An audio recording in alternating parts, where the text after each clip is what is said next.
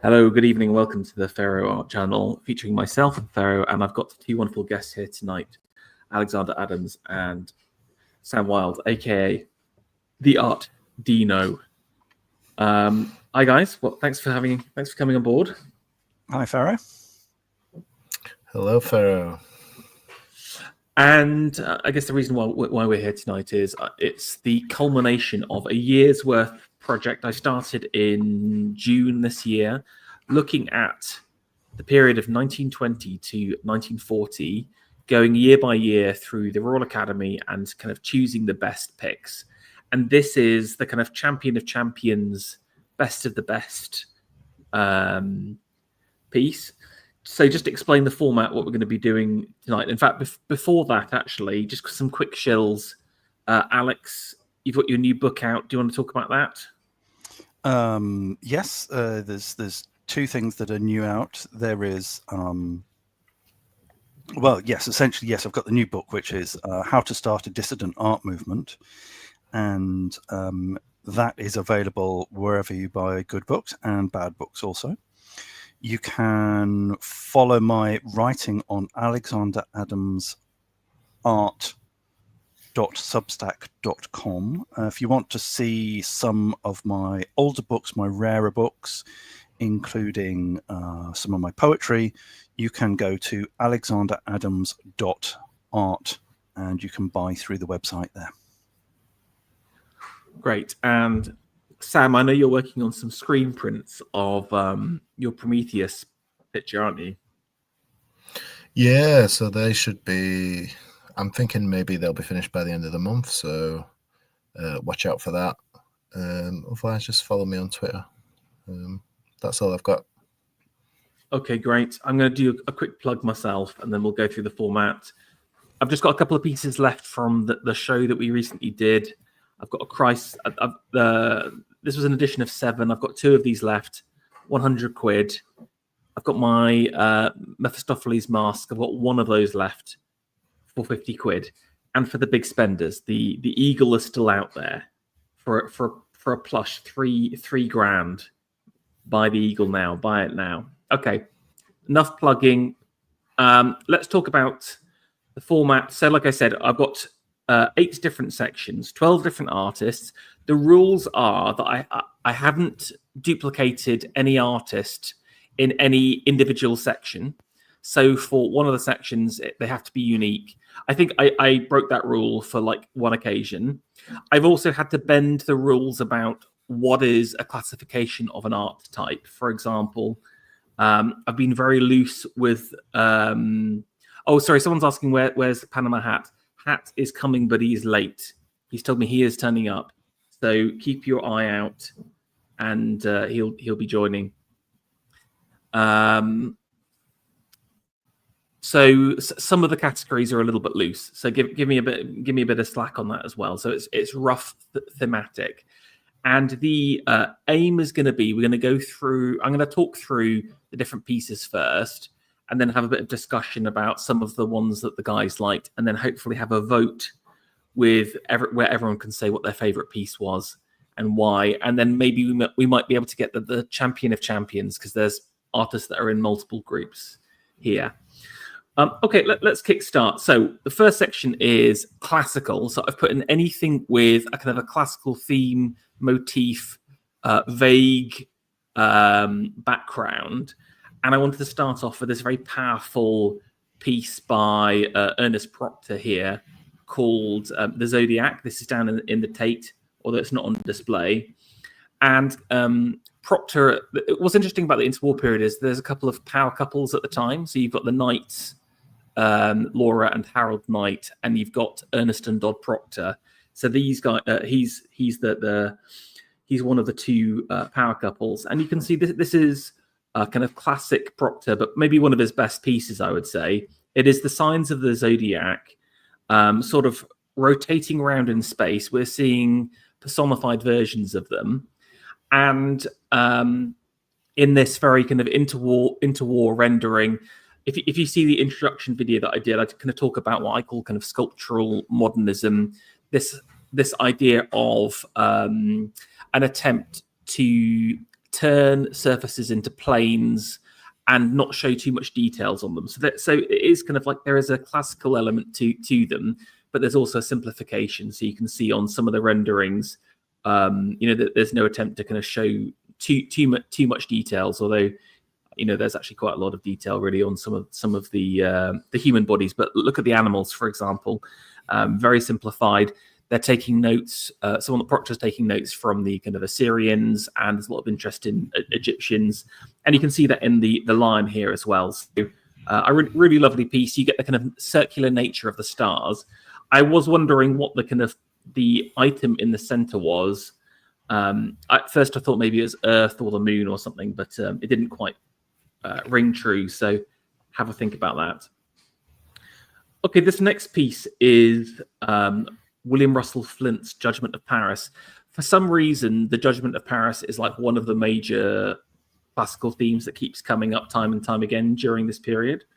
And Russell Flint mainly working in watercolor and oils, but he has a very kind of like loose style. This is actually one of his. He also kind of has an early classical phase, and he sort of migrates to kind of more like a realist period. So this is right in the middle of his transition to the realism. And I really love this. This is his Judgment of Paris. And often you kind of see the three girls kind of out in a field somewhere. And here it's almost kind of like some kind of grand performance or show that's going on. Paris, you can see him. He is the sheep herd here. He is the goat herd. He's left with his lovely little goat. It took a while to work out who the various goddesses were, but I'm pretty sure. I think I said that this was Athene actually across here, and you can tell because of her scaled armor on the floor, and maybe Venus in the center across here, and Hera lying down. But again, look at the rendering. It's got that definite kind of 20s to 30s feel, and again, kind of abstraction in the clouds, etc. So which makes it quite powerful. Okay, this piece is another motif. That there is an obsession, a real obsession with kind of woman and womanhood during this period. It's kind of like someone was asking me about this in the YouTube comments. I think this is partly because in the obviously post World War I, all the officers that were left, the kind of the male to female ratios were much better. Let's just say. So this idea of kind of the choice of women was more important, but also the kind of the rise of the powerful independent woman was there as well. And this is Spencer Watson's Birth of Venus. And obviously the kind of classic Botticelli you think of. This is a very dynamic piece here. What I love about Spencer Watson is that he has these kind of quite like grumpy girls. Again, that kind of like 20s mean girl, deco mean girl here. I mean, the most derpy part is, of course, this like Triton-esque figure. I think that the face isn't great. Neptune is having so much fun that there's something going on beneath the water below him. I'm sure there is. Exactly. Just the foam is going in all the right places, and you got the kind of the Nereid dolphin riders. There's a rainbow appearing as well, so it's a very triumphant. And this, Cupid's riding with her, but I quite like this. I quite like this piece. I put in another Russell Flint here. So again, this is me breaking my own rule already. This is Chione. I hadn't heard about her beforehand, but it's her and Artemis, and it's a classic Greek theme of challenging the goddess and then ruining the day. So Chione, I think she said she was the greatest hunter, and then Artemis, obviously goddess of the hunt here. Artemis again is like one of the kind of classic interwar / deco motifs for some reason, and you can kind of see that stuff's about to go down because all of the deer are running away and fleeing from her, and she's got her bow out and she's moving her hand ready to kind of strike, while Chiene's friend is desperately trying to drag her off. And some really lovely foliage here from Russell Flint. Okay, this is Philpott. Glyn Philpott. I will say that he is a gay Catholic painter, and the reason why I say it specifically for this piece, this is it's Penelope and the suitors, basically. So obviously the story of Odysseus, he's married to Penelope. She basically has to wait around in the palace in Ithaca for years and years, waiting for her husband to return, and so ends up with a whole load of vagrants desperately trying to marry her. But it's quite funny, really, because you've got these kind of three male figures, but because Philpott has the eye for the male form, even though these guys are meant to kind of be interested in Penelope, they're sort of it's almost presented as kind of a showcase of the male form here, where you've got kind of this ridiculously short cape across here, or these figures kind of stretching out and showing off all of their muscles at the same time. Philpott's a really interesting guy. I sort of see him as kind of young talent that the Royal Academy pick up during the interwar period and kind of showcase. And he goes through three different phases, and this is kind of his middle kind of mythic symbolist phase. But again, I would really recommend checking out Philpott if you haven't seen him before. But this is one of his very well-known pieces and very well respected. I think that yeah, like you can see Penelope across here, kind of looking onward, and the suitor is a little flower in his hand, and you can see here she's working on. I mean, in the real story, she works a loom and then sort of knocks back the tapestry. But you can see she's doing some handiwork across here. But again, very interesting take on the suitors, because the suitors are normally kind of a bit more riotous and a bit more raucous, but they're kind of a bit subdued here, taking up time. Okay, I've got another Venus for us now. So this was kind of interesting. This is Souter. He's a Scottish artist, very famous for one picture we've got later. He's mixing it up with a different kind of seashell, which I quite liked, and Venus kind of like lying down here. It's definitely more triumphant. You've got the Nereids, combing things with coral. Sam, I don't know if you felt this as well, but I feel like if you know Paul Talk, his faces remind me of Souter a little bit. I don't know if There's affinity there. I don't know if it's intentional or not, but it just always reminds me. But this is kind of like obviously a more finished version of what Paul does, let's put it politely. But I quite like this, especially like the centaurs as well, which you don't necessarily associate with Venus, but they're at this point where she's about to go on land, and so the centaurs have taken over, but they're sort of all of the Nereids and kind of mermaids of the sea are kind of riding on the centaurs, and you can see all of the seagulls coming in. So again, this kind of very bright and breezy, triumphant piece. Again, a few kind of like slightly derpy faces, but the Venus, if you just focus on the Venus and the shell, I think it's very, very beautiful piece. And again, has that kind of smoothness to the textures that is very, very kind of interwar. Now, there was a little bit of illustration that went on during this time. This is D.W. Hawksley's A Woman, Her, Leader and the Swan. And again, this is kind of an interesting take, because Leader and the Swan, you've normally got, I guess, the kind of the sexual act or whatever. And this is kind of like she's almost kind of being whisked away by Zeus in his swan form across here. So I kind of quite like this. There's a bit of an Orientalist vibe to it, and maybe something of like Arthur Rackham or some of the kind of golden age of the illustrators here. But this got featured in one of the years. Okay, this is Harry Morley working in tempera and a Venus and Adonis. And I quite like this because this was obviously the story of Venus and Adonis is Venus falling in love with a commoner. He's just the shepherd boy, and she's besotted with him. But Harry's sort of turned the Venus away from us. So, you know, her normal features and her normal beauty has been kind of taken away from us. And you can see her desperately clinging on while Adonis is kind of like holding he's a bit confused and a little bit not scared, but kind of like, who is this crazy woman who's loosened her girdle, you can see on the right-hand side here, and kind of approaching me. It's really worth seeing some of his other work just so you can get the kind of vividness of his colors, because of the tempera. It really pops, and he's really into like Quattrocentro tempera works, basically. So it has that kind of freshness and kind of classical detail.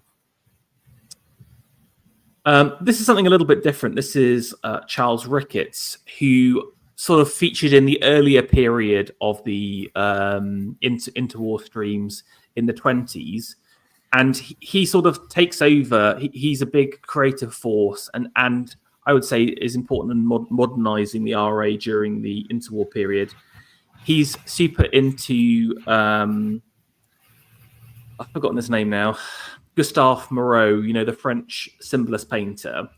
And you can sort of tell the influences from his work, but he's really into classical pieces, and again has a bit more of an illustrative approach. I think this is his Return of Eurydice.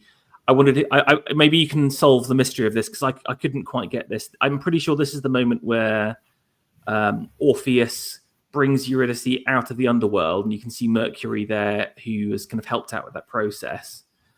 But I think it's the moment that he's just looked back and seen her, and he's about to kill himself and throw himself on the rocks, basically. But could be worth getting your take in a second on that. But Ricketts, you got to look at the colors. You got to look at, he has this very kind of loose, hazy, again, dreamlike quality. He's like our British symbolist, really, in the same way that the Moreau is the French symbolist. Okay, apart from Watts, of course, but really cool piece. We've got a bit of sculpture here. I don't know if you guys have ever seen this on the Strand, the Australian Consul building. It's kind of quite grand on the kind of edge of the half circle. And if you look up from the church, looking back on the Strand, you'll see this piece by Bertram McKennell, who is an Australian by birth. And I don't think it's Neptune, but I think it's like Triton. It's like King of the Sea, and these are kind of 4 seahorses. And again, just the horses themselves are really beautifully rendered, but I particularly like the kind of Triton piece. Bertram McKennell is interesting because he's kind of like a bit new sculpture-y, but also has a bit of a kind of deco appeal at the same time. Okay, on to this piece by Shannon. Ricketts was also gay, and Shannon was actually one of his. That was his like long-term partner. So it was interesting. Again, they were kind of exhibiting together. Another Birth of Venus here, but this is, I think, okay. Everyone knows that I'm like the #1 Pootie hater. I really, genuinely hate. I saw Sam you posting about like an Eros, like a little one of these guys the other day, and I did want to comment on it, of my distaste for. I'm sorry to disappoint you, Farrell. No, it's okay. But I quite like this moment here. This is the Birth of Venus. But if you know the story about it, I'm pretty sure, like, I think it's Zeus, like, some of his semen going into the water and the foam mixing in, and that creates Venus, I think is the story. And this is the moment where she hasn't even woken up yet. So it's this kind of like really early part of the triumphant process.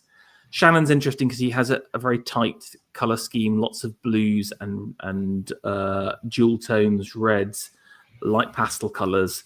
So again, I would put him more in that kind of early symbolist group as opposed to kind of pure deco or modernist style. But I thought this is quite beautiful, just even for its imagination and conception.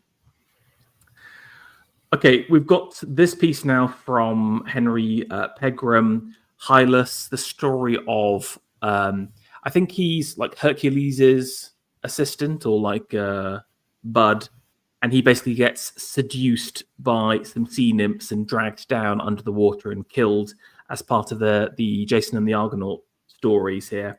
And it's hard to see, but you can see this kind of lovely rendering of Hylas across there, and like a quite fishy nymph. I mean, the most famous picture I would say is the Waterhouse picture, where it's kind of like a group of girls and they look quite normal.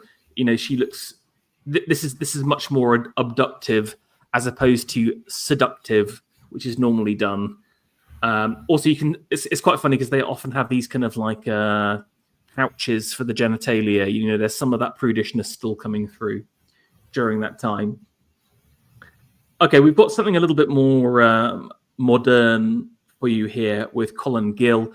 I would put Colin Gill with some of the war modernists, you know, like Nevinson or maybe even Wyndham Lewis, produced a lot of works during the First World War. Has a bit of a kind of a mellow time, but managed to submit a few pieces to the RA. This is an interesting one. This is Amphitrite in Cassis. Amphitrite is, I didn't know this. It's not Aphrodite. It's a different goddess. She's like one of Neptune's daughters. I thought this was almost kind of like Kiriko-esque, where you've got this kind of like strange sunlight scene. Obviously, he's looking to Dupas and the French schools as well. I think this is in the 30s, so this is kind of like post the Art Deco exposition, basically. And a couple of interesting pieces. You know, she's sort of floating in the air, the seashells. There's something surrealist about it. It's probably one of the more surrealist-y. This is the most continental piece within this little grouping. Okay, finally, we've got another Birth of Venus here with Alfred Turner. Turner's interesting because he's a sculptor, but he does these very like delicate beauties, and you've got this moment of kind of waking up realization. It's not like triumphant Venus. It's not seductive Venus. It is this kind of like awakening and quizzical moment, and you can see her knee deep in the water, about to kind of come on land as well. Okay, there we go, guys. So I've taken you through the first section. Any kind of anything take your fancy, or anyone you want to talk about? Anything you know about? I quite like I quite like Flint. I thought his work was pretty good. Probably the one that appealed to me most, to be honest, especially this one, the Paris one. And there's a lot of just thinking about the composition. There's a lot of elements that are juggled here, and I think it kind of works out. So it's quite a complex piece. Yeah, you're right in terms of like that's probably like one of the most figures on the canvas, but they feel quite strong and fit quite well together, I think. Yeah, definitely. My favourites, I like the Zodiac one, because that was also extremely full. Yes. Yeah. There's something disjointed. What's interesting about this is it's disjointed because you're seeing it like a tilted axis, and he's also cropping stuff off. I was trying to work out, again, I'm not too hot with my signs, but this Sagittarius. Who's after that? So that'd be Capricorn if you're going upward. Was that Capricorn? Yeah. I see. That's the tail. That's the tail of the goat. That's the tail of the goat. Okay, yeah. Yeah.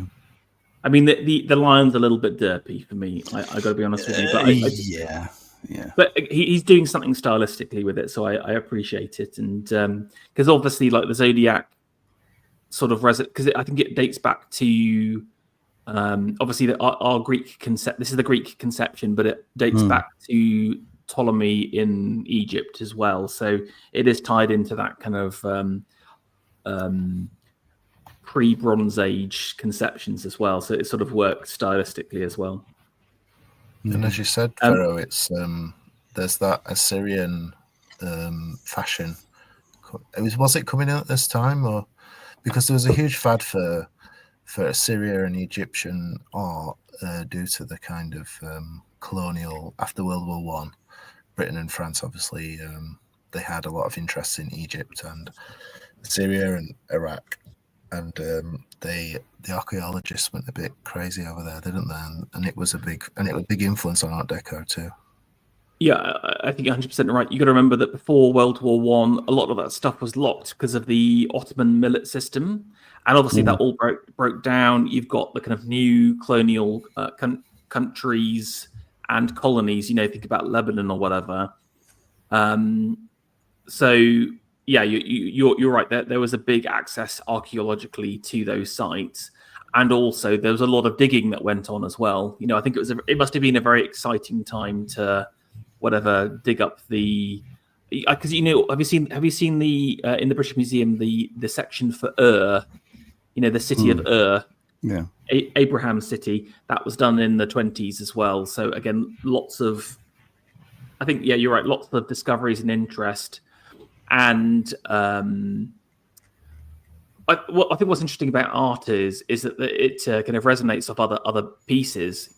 So an artist sees one artwork, it will inspire him and guide him in a different way. So just by having that, those artworks brought across the world, gives you a certain power and inspires you to go on to do something different. Okay, nice. Any others that caught your attention? I'll just do a quick whip through. And I like the Hawkley. Is it Hawkley? It reminded me a little bit of, I don't know if you know a designer who is an Art Deco designer in France called A. He kind of did some illustrations like this, a bit Rackham-esque, but more decorative and Dulac as well. Dulac's quite strong on sort of lots of those sort of rich, sort of velvety backgrounds. Yeah. I think it's an interesting mix of like definite Orientalism with the fabrics, etc. It's like that's like a kimono, but then the illustrative element as well. And I quite like how the lake is the same color as the sky, so you've got that idea of it's so dark, and the reflection from the water, so it's like quite a subtle effect and quite well rendered. Okay, so your choice was Fleetwood Walker, and we've got one for the Proctor painting. I'm going to write this down. Just give me a second. Actually, I'll change to Later in the Swan, actually, if that's possible. Yeah, that's fine. Hawksley. I'll go for Flint Pharaoh. Yeah. Hawksley and one for Flint. Okay, right. I will share the next window. Okay, this one we're going on to what I'm calling genre. Like I said, this is the broadest field, and again, I'm sure I'm going to get a lot of flack in the comments afterwards.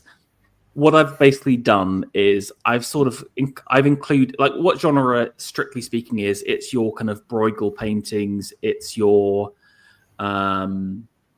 whatever Dutch middle class lifestyle paintings. It's kind of like little scenes from life, really. But I've tried to like update it a little bit, where it's kind of like scenes from the 20s, scenes from the interwar period, basically, or more kind of like everyday scenes, as opposed to something like we just saw with kind of classical motifs as well. So give me a bit of slack on this. This was kind of quite interesting, quite deco piece. This is by L.M. Glasson, and it's known as the Four. He was very interested in like boat girls.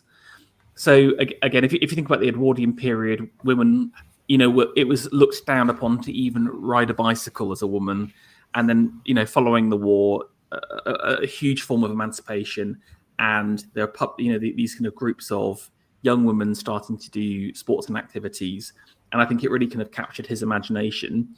And we've got this piece here where it's it's like a four-woman boat practice, down in Putney or whatever. And it's the kind of moment before they go into the boat. They're getting the oars ready. They're in their kind of like training shorts, etc., wearing the kind of classic plimsolls. I mean, this is a very iconic outfit.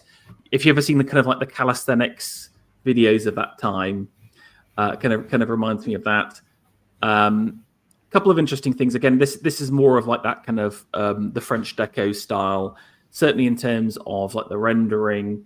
Again, apologies for the low resolution. Some of these I've just got what I've got. But also the kind of color scheme, he kind of knocks back the entire background into these kind of large swathes of color, the browns, the yellows, the blues, and the blacks here. So the focus is all on the figures. There's a bit of kind of classicism here with some contrapposto on a couple of the legs and some tricky angles. And I think you can see this woman bending down to pick up the oar.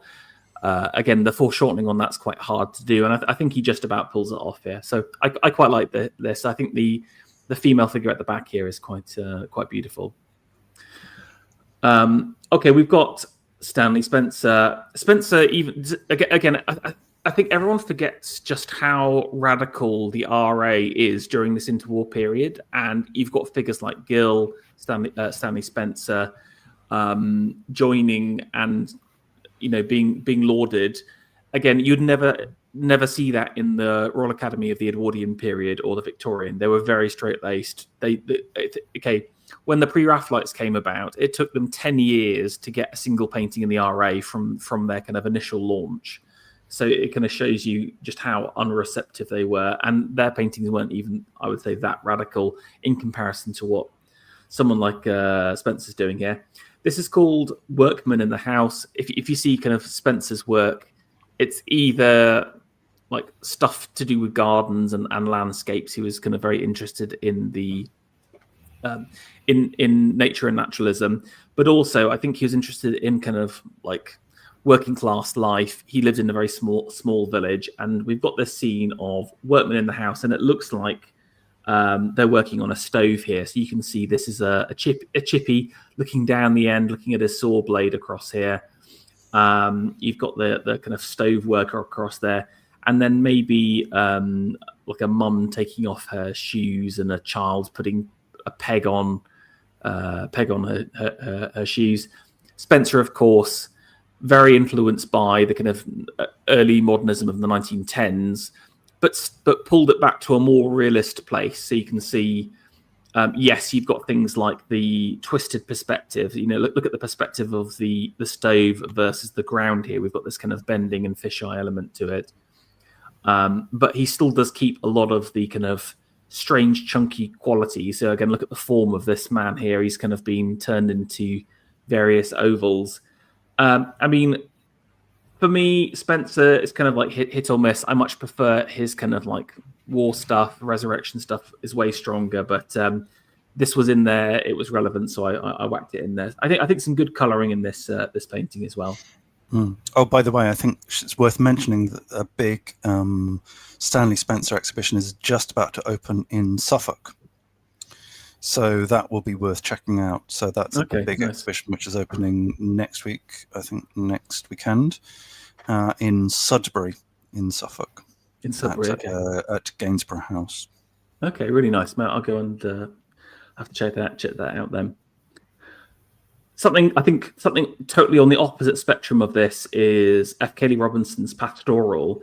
If you go so basically it's almost impossible to find any of these paintings anywhere in England. I've been making a huge list of every single interwar painting that is in a public gallery.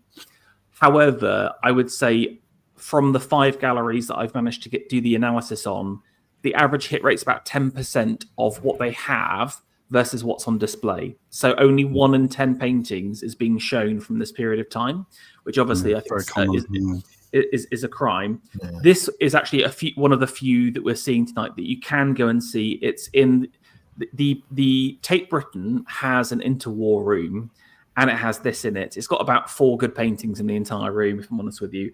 And this is one of them. It's really worth seeing. It's called Pastoral. Obviously, this is more on the kind of early 20s symbolist style.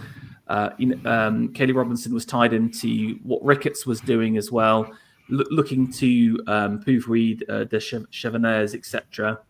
And you've got this lovely lambing piece here, so you can see the kind of the sheep with their kind of lambs, the kind of daughter holding a lamb and a little baby bottle, and the kind of these kind of shepherds looking over the piece. But there's a couple of weird things about it. For example, look at the kind of straight edge of the land across here, or this weird rolling lake.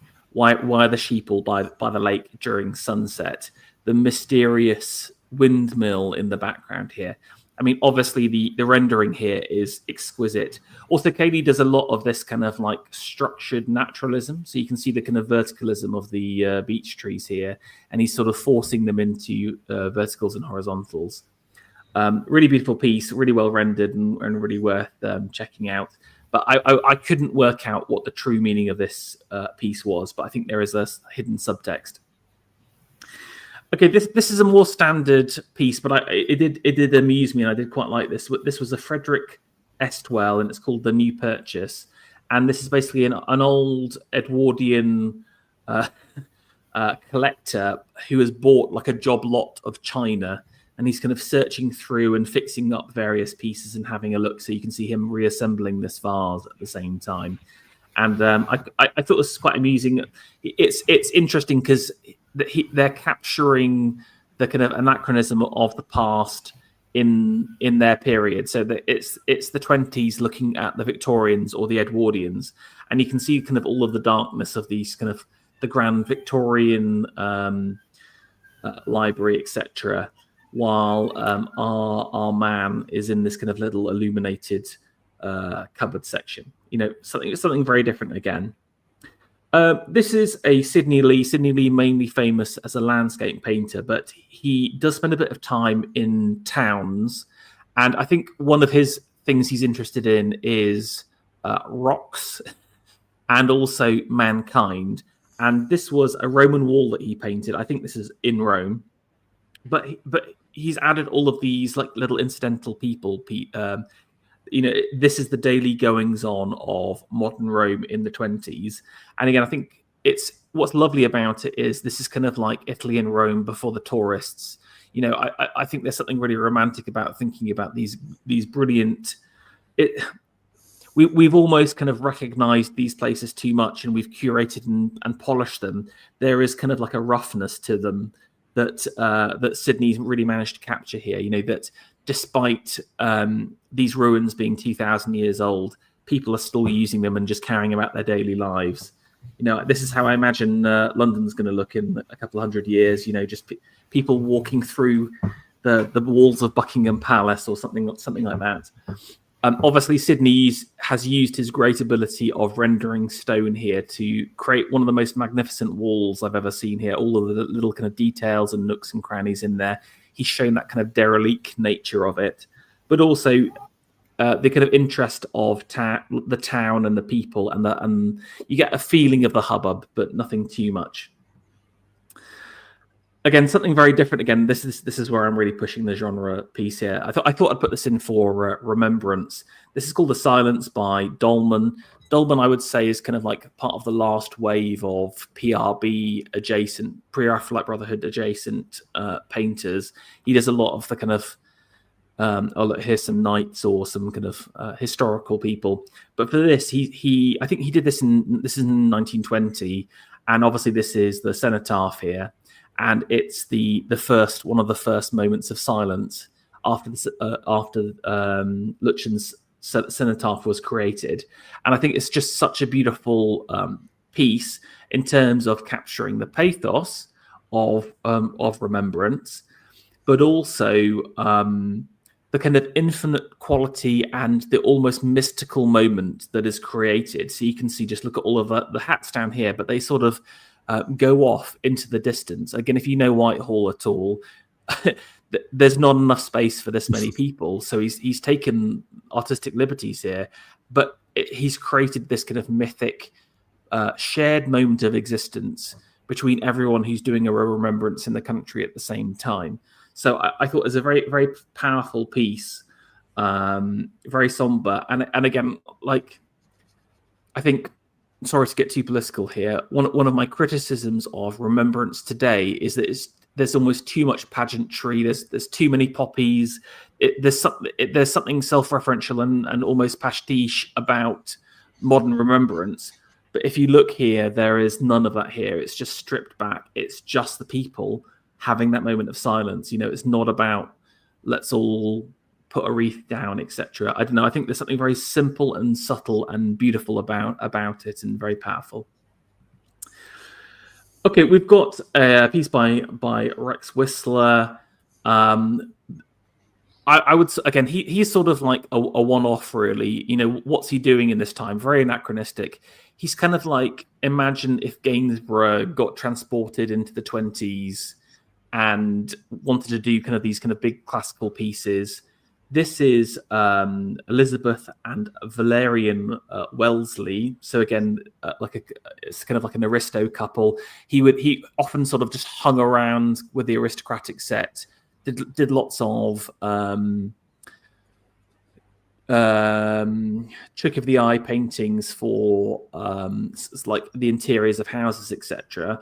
But this was quite a nice, like, again, I mentioned Gainsborough because there's the kind of classic. I've forgotten the name. Adams, you'll probably remember of the couple, and yeah, you know the one I'm talking about. I think it's not Mrs. Andrews.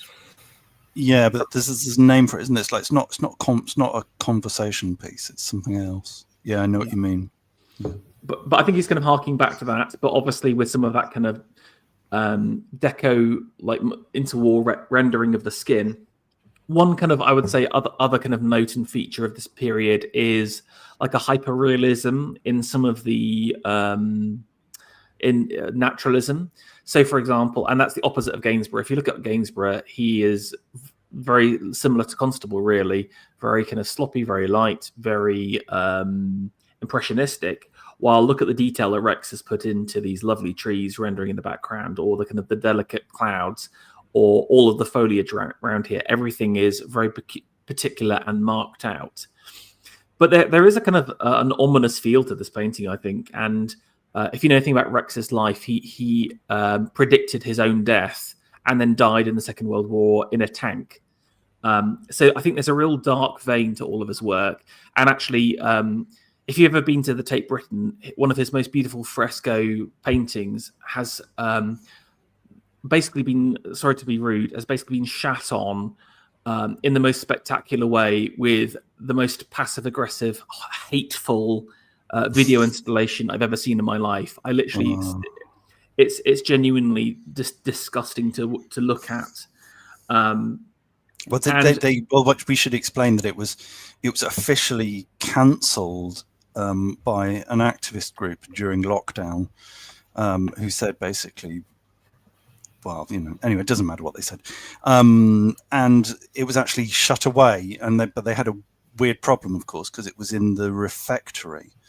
So they had this problem of like, oh, we've got this really important part of the gallery, but we can't use it because we're scared of these activists. What are we going to do? Oh, we're going to kick it into the long grass during lockdown. And then they reopened it with all sorts of contextualization, for which read ritual humiliation. It is very much that ritual humiliation. There's like a large video screen, but they've also darkened the walls. It's really hard to actually see the keeping fresco now. So it's kind of like they've made it it's almost tantalizing because you want to see the work in detail and you just can't do it. And like I said, look, it's genuinely disgusting. And I think poor Rex has been horrifically maligned in general. And so I'm part of the Rex rehabilitation squad trying to bring him back here. I mean, I think if I were to criticize this, I think it's a little bit sentimental with the figures, but really focus on the landscape here, the kind of chiaroscuro, the light in the dark, the dogs, the naturalism here, you can see the kind of little person in the window there. And I think it is really of an age, but I think it still holds up. Speaking of an age, I love this W.B. Rankin piece. It's called A Portrait Group. This is very kind of like Bright Young Things, Brideshead. I need to get this look, basically. If I had a horse, I would have this look, basically. You know, chunky polo neck, riding crop, etc. This is interesting because it's like a duo portrait piece, but it's about symmetry at the same time. It's about verticals and also a very tight color scheme as well. I mean, I again, relatively loosely painted, but I really quite liked it and thought it was very of the age as well. Okay, one of the kind of early symbolist crowd, Maurice Griffenhagen, sort of fits inside them. This is the wine pressers. I would say this is like imagine French naturalism hits like Gauguin, hits Gustave Moreau, and you end up with this kind of piece.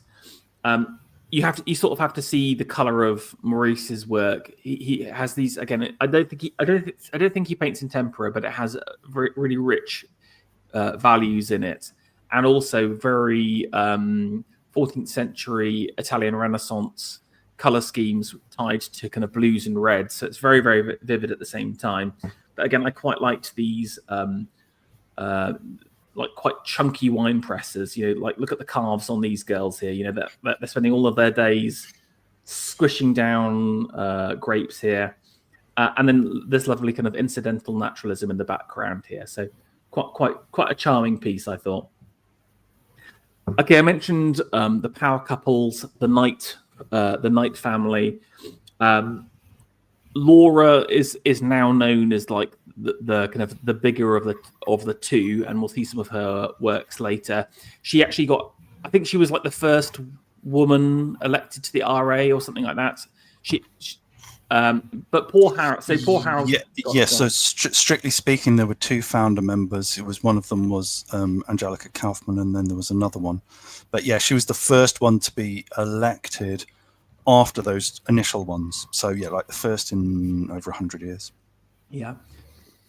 Laura has a tragic life, really, because she basically gets used as like a propaganda tool for like most of her life. We'll talk more about that later. But this is kind of one of Harold's work. I'd say he basically has two major kind of styles. One is his portraiture, which is phenomenal, but he didn't submit it that often to the RA. What he mainly does is these kind of Vermeer-esque genre pieces of women in their houses, but he's really interested in, obviously, we're talking about Vermeer, we're talking about light, we're talking about women living their days, but he has this kind of like voyeuristic element to his work as well, where he's always watching from behind, he's always kind of creeping up. And here we've got, I think this is a toilette piece here, this woman combing her hair, the light coming through, again, just classic Vermeer setup. But look at the kind of rendering on the hand and the hair. I think it's really, really beautifully done. It's about, she's watching herself, you're watching her, the watched versus the watcher, and the sumptuous details of the fabric as well. I really quite like a lot of what Harold does. Oh yeah, speaking of Laura, here's one of her pieces. She's really well known for clowns. She lived in the circus for like 5 years or something like that. So she literally went along with a circus and did sketches as she went. And so has a large clown-based section of her work, a lot of which just doesn't stand up to today, unsurprisingly. This is one of the pieces that does. This is Motley, and it's kind of like a dancer from a variety show. So you can see that she's about to go on. There's like a magician group in the background. So she's really interested in the theatre, the players, and the kind of people involved. And you've got this combination of kind of almost ritualistic, mystical moment of the stage. This is the true age of the variety show in the 20s and 30s. This is before movies, etc. You instead of going to a film, you would go out and watch whatever, like a comedy act on stage or a variety performance. But we're seeing this moment of kind of a woman dancer here, having her skirt adjusted before she goes on. Again, you've got to just contrast this kind of the looseness of the painting in the background here, which gives you that kind of mystical, like I said, almost like you're in the temple element here. You can see that face there, barely rendered, with this kind of super tight rendering in the foreground of the dancer. I'm not really sure what Motley actually means in regards to everything, but there we go. And then I'll finish off with Harry Morley again. See, we saw one of his black and white pictures last time. You can sort of see the colours here, the richness of his tempera works. This is Riverside. It's a punting piece. It's classic. 20s again, very very Brideshead, etc. The swans going past. All of these kind of pieces. Morley sort of flits between like this kind of naturalism and genre pieces, and also the kind of classical side, and he moves more towards the second part of his life. But I quite like it. I mean, I prefer the classical stuff he does more. But there we go. Okay, guys, over to you. Any kind of standout pieces or picks that you were interested in? We can go through. I like the first one, the boats, but I think that's something that comes through all of these genre paintings. Is the kind of almost brideshead kind of let's go punting kind of atmosphere of some of these paintings. And I was wondering to ask you, Pharaoh, how do you think that like Brideshead and the Bright Young Things and Bloomsbury and stuff is kind of related to Art Deco? Is there a connection there, or are they in two different lanes, or what do you think? Again, I think the problem with Deco is it's just such a nebulous term, and I think what Deco really means for Britain is a different experience, because again, it's less about I think the experience for the Americans and the French is much more similar, if that makes sense. Yeah, I would say, Brideshead, I think it gets written afterwards, doesn't it? By Evelyn Moore. Oh, Evelyn Moore. Sorry, there we go. Sorry. So that sort of gets picked up afterwards. But the Bright Young Things, popularized by Cecil Beaton and his photography, is contemporary, and the people in that set were kind of held up as figures to chase after. So I think you're right in terms of the punting, in terms of kind of the lifestyle. That is the kind of lifestyle that set would be on. I would say that Bloomsbury is a little bit earlier, really. That's kind of like 1910 to 20. So it's that kind of early stage. I sort of think of Bloomsbury as kind of like the first breakthrough of post-impressionism and real modernism in a big way in England. Basically, you got to think that Fry's theories lay the groundwork for the next 20 years. So if you read through all of his essays, you can see how everyone was really reacting to Fry. So I think Bloomsbury has a special carve out.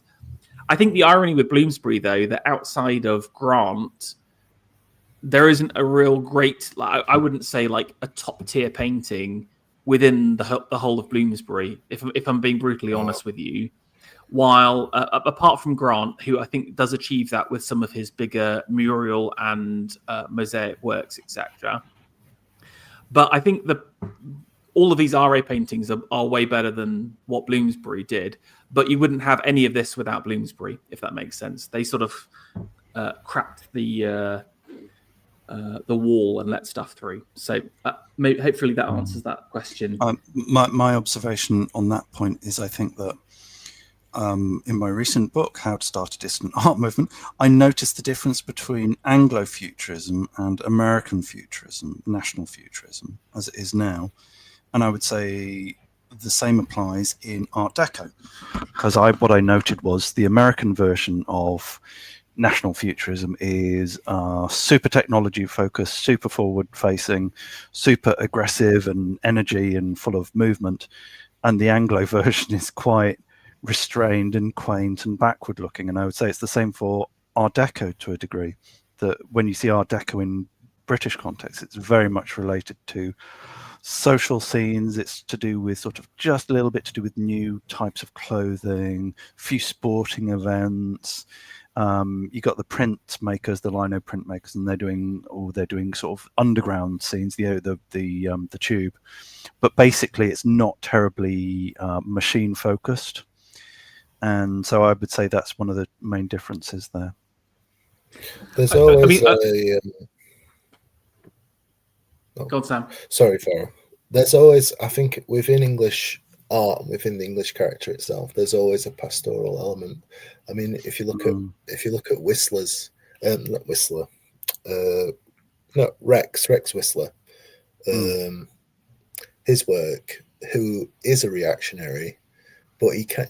The great thing about him is that he really goes for it, he really owns it, and there's always that kind of pastoral element, and where I think the kind of aesthetics of Anglo-futurism break down is that it doesn't really. I don't think the English character is super like I said, super technological or super kind of Faustian in that sense. I think it's much more like War or Whistler in this pastoral mode, and that comes through in the Art Deco of this time as well. I think. I don't know what you guys think of that. No, I think that's a good observation. I mean, I think you're right, Alex, in your observation about the kind of untetheredness of the American style.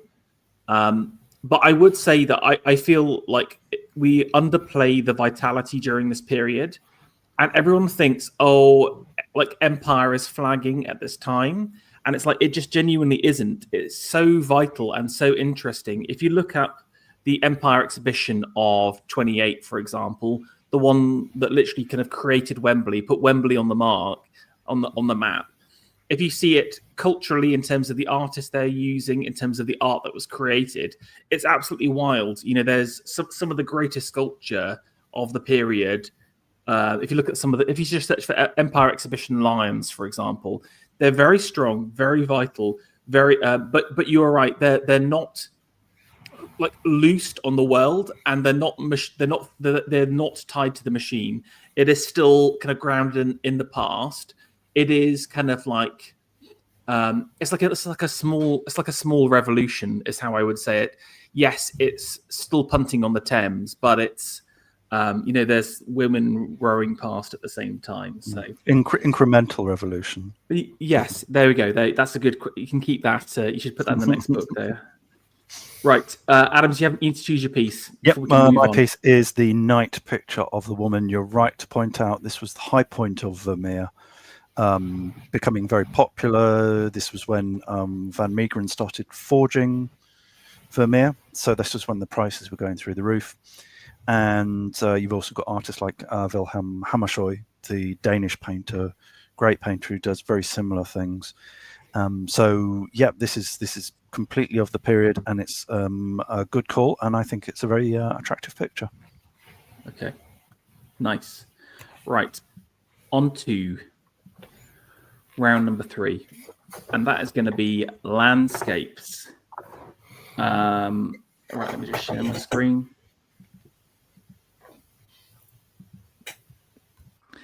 I just wanted to start off this section by saying, again, I think the whole landscape scene in the interwar period is like quite revolutionary, really, in terms of its experimental nature, in terms of subject, but not rendering. If you think about landscapes and British painting, you're thinking Constable, obviously. You're thinking Turner immediately. Obviously, the kind of the landscapes kind of fades out a little bit towards the Victorian period, and it's that kind of like rendered historical academicism takes over the kind of larger size canvases. But I think there is a big resurgence in landscape, but also a reflection on what should we be painting. And often I think people throw landscape and say, oh, it's just like this, again, just purely the kind of pastoral. But because we are an island nation at the same time, there are so many different elements to the land. And I think this period is a bit of a reflection on that. So I mentioned Sidney Lee when we saw that genre piece, and this is one of his kind of super rocky pieces. This is the birth of a river here. And I'm pretty sure this is like a glacier or something. Again, it's hard to tell because of the picture. But what if you're a landscape painter, but you just do kind of rocks? Again, I think that's just such an interesting novel concept. And Sidney sort of does that really by the back door. You've got these kind of beautiful foreground like weathered rocks, but it's this kind of monolithic piece, this like large glacier at the top across here with its kind of strength and power. It's it feels like it goes on forever, but also it's birthing the river. You know, it's the kind of chunks flying off as part of it. So it's kind of like this moment of life, but it's power, but also there's a calmness to it, and that's what I think is interesting about the mountain or kind of sublimity is it's not necessarily about a kind of a bombastic power, but a subtle and slow power at the same time. Okay, now we've got Adrian Stokes. Stokes interesting. He's painting a lot in like watercolors or kind of these very kind of muted oils. This is in France, Villeneuve, Les Avignon, and it's obviously a castle. I think it's one of those ones where the castle only you can only access the castle at certain times during the day, and it has kind of like a period of lowlands that you can't necessarily easily access it from. I think what caught my eye with this piece is, again, it's the kind of the colors, but it's also man versus nature. That's again another theme of this period during landscapes. Here's like a town, or in this case a castle, and how does it interact with the landscape? Well, it's kind of shining out. It's a beacon on the rock. It's part of the land. It becomes almost like an iconic piece of the land itself. And also from a kind of a color perspective, because they're using this lovely yellow vernacular stone, matches perfectly with the surroundings. And there's an interesting kind of, piece thinking about the future. And you can see, look here, the shattered remains of something here, these kind of cut stone which has been broken. Maybe this was a bridge that was originally across here, smashed to pieces through the power of time. So there's something about man versus nature, and that nature always wins as well. Okay, we've got Bertram Priestman. For some reason or other, in my head, I have him down as like the biggest cow painter of the period. He's always painting cows. But this was a good piece, which was the Folkestone boat train, I think it's called. And why I quite liked it was, again, it is again, Bertram is known as a landscape painter, but again, this is one of his kind of man interacting with nature. Obviously, it's that there is still a huge amount of steam infrastructure still going on. There's still no regulations about house fires, and there's no kind of electricity in a big sense. And so he's managed to capture this moment of kind of the smokiness of mankind and the kind of haziness of the big city. You can see the kind of church spire poking out on front, but that's kind of tempered with the flatlands across here, the kind of the water that's receded out. And yes, there is the kind of, Ruskin would hate this kind of horrific machines of mankind defacing nature, but there is a kind of a subtlety to it. And again, to us, there's something distinctly romantic about the steam age and the cozy fire, even though to someone like William Blake, it is the satanic mills, the horrific chimneys and their hellfire. Who is right? Should steam be romanticized? I'll leave that up to you. But I think certainly Priestman was trying to rehabilitate the idea of kind of steam as this kind of romantic moment. And you can see this kind of the lit carriage is one of the brighter areas of the piece. Okay, Charles Gear. This is the Snowdon Range. I'm going to say this wasn't my favorite of his pieces, but this was one of the kind of better color pieces. And Charles is a real colorist. Weirdly, he would paint on silk, almost in the kind of Chinese style. And because of that, his works have this really shimmering, beautiful quality to it. Really obsessed with kind of blues, greens, and yellows. But he can render really, really well. So again, you've got obviously Snowdon, the series of mountains, and he's caught this kind of mountain pouring out rain, and kind of enriching the landscape at the same time. But the sun's breaking through and it's illuminating these kind of dry stone walls and the cows that are looking on at the same time. But if you think about the actual piece itself, the majority is actually this kind of cloudscape and the power and the beautiful majesty of the clouds themselves, which I thought were really gorgeous. Okay, Julius Olson, one of the kind of most prolific landscape painters of the time. He is kind of knocking 3 to 4 decent landscapes out on a yearly basis.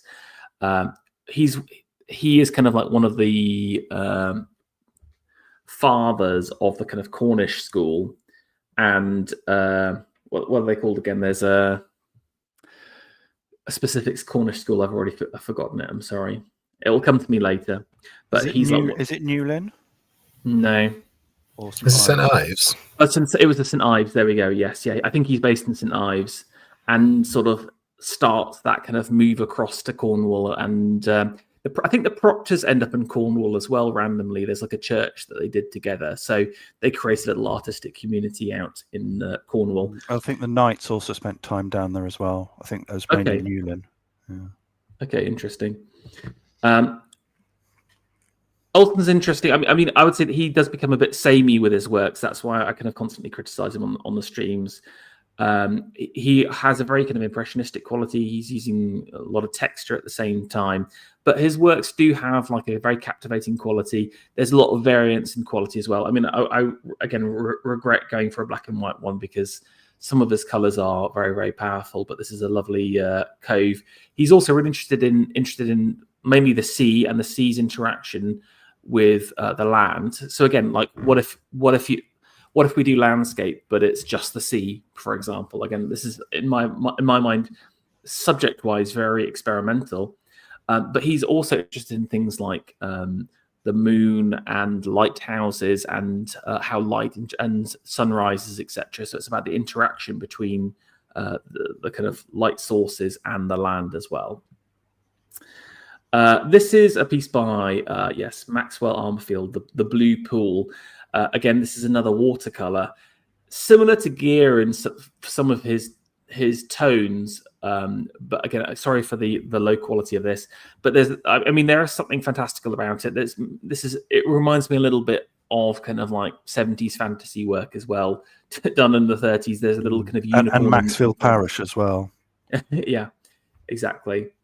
But I thought it was quite a charming little piece. And again, kind of shows like an attempt to like render in a slightly different way. And again, the way like the interwar renderings are either that kind of Rex Whistler super tight style, or again more of this kind of like watercolor but quite defined watercolor style, or there's a lot of impressionism still going on. Speaking of that, Lamorna Birch. Lamorna is like the cove, the place where he used to hang out. That sort of the kid, and he produced so many works there. That was sort of his nickname. S.J. Birch is his real name. Ironically, I've not put one of his Lamorna Cove pieces here because I thought this Sunday night piece was really interesting. Again, this is another interaction between nature in the foreground and man in the background here, and you've got the kind of these two shadowy figures illuminated by the darkness. I mean, Lamorna does these kind of like quite impressionistic. This is almost like a Seurat if you look at the background, but obviously he's not interested in the scientific color aspects of pointillism, but the repetition of individual brushstrokes to create texture and strength of work. I like the kind of the three phases to it: the haziness. Again, the kind of the moonlight. Again, what if we did landscape, but it's all of the it's just moonlit pieces here. Very mysterious and very interesting, and again shows that the interest between man and nature during this time period. Okay, Frank Short. He's kind of like, I would say, one of the like top 3 printmakers of the time. This is a mezzotint. It just like blows my mind, his ability to render through etching and using mezzotints and stuff. Like I didn't even know it was possible to create a landscape like this till I saw some of Frank Short's work. His best stuff. He started out really as like a Turner copyist, so he would sort of copy Turners and do them as etchings, basically. But then sort of ended up doing a lot of his own stuff. And again, this is the time period of kind of a great revival in etching and printmaking at the same time. This is called the Shadowed Valley. Obviously, it's kind of like the rolling hills. I imagined it was Wales in my head for some reason because it's not very... doesn't look very English to me, but maybe it's in the north or something. I don't know. Sam, does this feel like the north to you? Oh, I thought it was like the South Downs or something like that. Downs. Okay. Could be the Yorkshire Moors or something. Yeah, that's Yeah, what I was maybe thinking. Anyway, but I just obviously when you're doing something like a mezzotint, you're totally restricted with color, so it's all about values. And what Frank's giving us is just extreme lights and darks, drama and movement. There's a kind of a lightness to the actual fields themselves, creating this kind of swirling, kind of almost movement in the landscape itself. But then he still manages to pick out the clouds just so beautifully across here. Just the detailing is gorgeous. Okay, one of my favorite landscape artists is this guy called George Clausen. He starts out doing these kind of like pseudo-French naturalist impressionist pieces, but he has two, like a mid-phase and a late phase, and he sort of takes some of those impressionist ideas, combines them with like a very tight color palette focused around like light blues. Again, almost imagine if Pouvry just did landscapes. It was like an impressionistic landscape painter. And you've got Clausen here. And again, his brushstrokes are like often very, very rough, very, very light, but you get 100% the feeling of being there. And again, this is, I think it's called a stormy sky. You can see the storm clouds going ahead. The little bit of light that we have is going to be squished out and closed in, but I absolutely love his color palette for this. He's really worth checking out. I think really underrated guy, mainly forgotten now. But again, something like this little cloud across here just really comes out at you, but then it's tempered by this very thin layer of field and work below. So again, Clausen in this phase is very interested in the sky and skyscapes in general. We've got this interesting piece from Keith Anderson. Again, this is another one of those kind of watercolor, like rendered watercolor piece that I was going on about here. A pool in the Nevis. So again, this is about stone and water, the interaction. You can see the stone the stone has been stylized for sure. This is definitely not 100% what the stone looked like. He's re-emphasizing the curves, but the curves also represent the kind of erosion of water on the rock itself. Quite tight, and again, this kind of lots of light pastel style colors done in watercolor. Really nice. Now, one of the, I would say actually one of, Stanley Spencer commands the most money. One of his works will still be worth like £1 million. Randomly, this guy, who I had never heard of before, Algernon Newton, commands, like, his pieces will go for like £150,000, and I'd never heard of him before doing this. He does, I mentioned on the Rex Whistler painting, that kind of very definite, super tight, almost kind of photorealistic before photorealism was around, but also the color choices are super specific, giving it this kind of, it's almost too real. It's almost like you're in a simulation, something like that. This is the River Stour.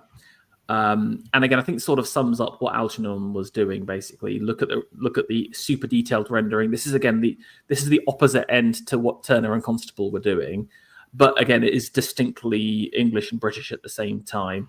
And we've all been in a field which looks exactly like this, and been in a day which looks exactly like this at the same time. So it's interesting, like, again, to see just how well he does in the market as a whole, and the interest he gets from people. But I don't think there's any of his works in like a major London gallery, for example.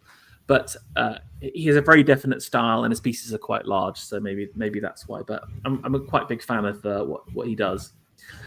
And actually, I'm going to be totally biased and say this is my favorite piece, which is a Laura Knight piece.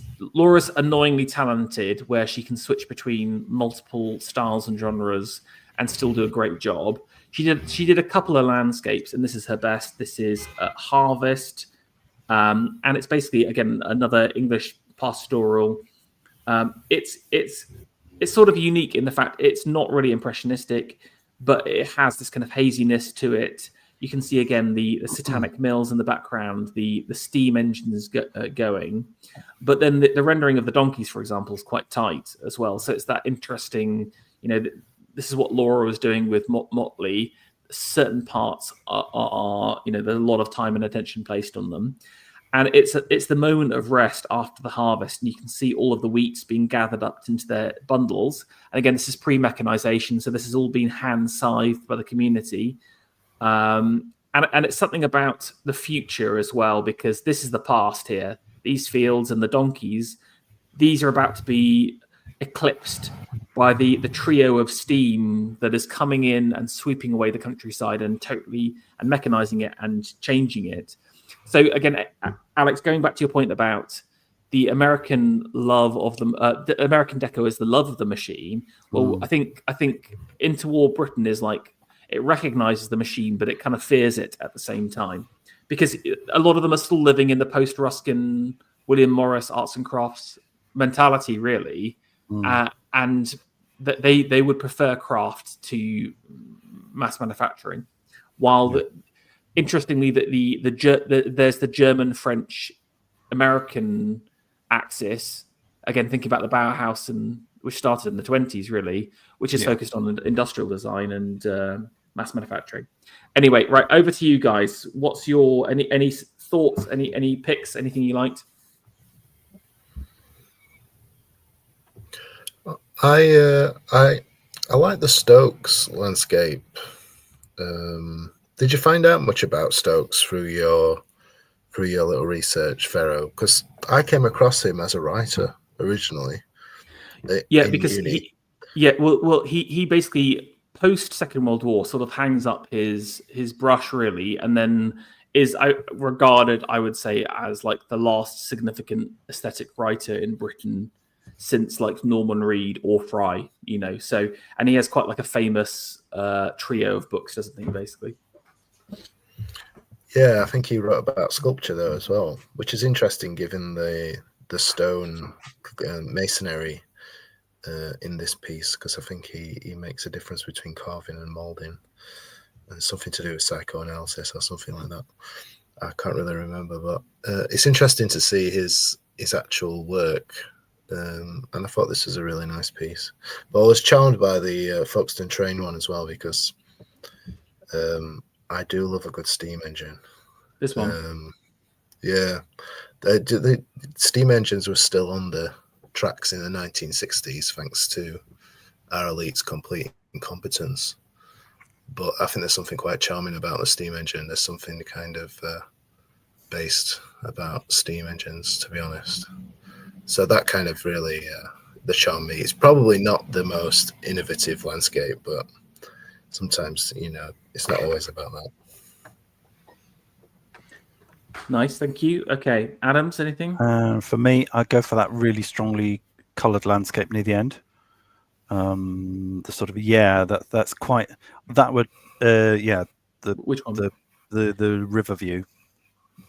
The Algernon Newton. Yeah, I really love those sort of deep greens and deep blues. I think I'd probably find it a hard painting to live with because it's quite intense.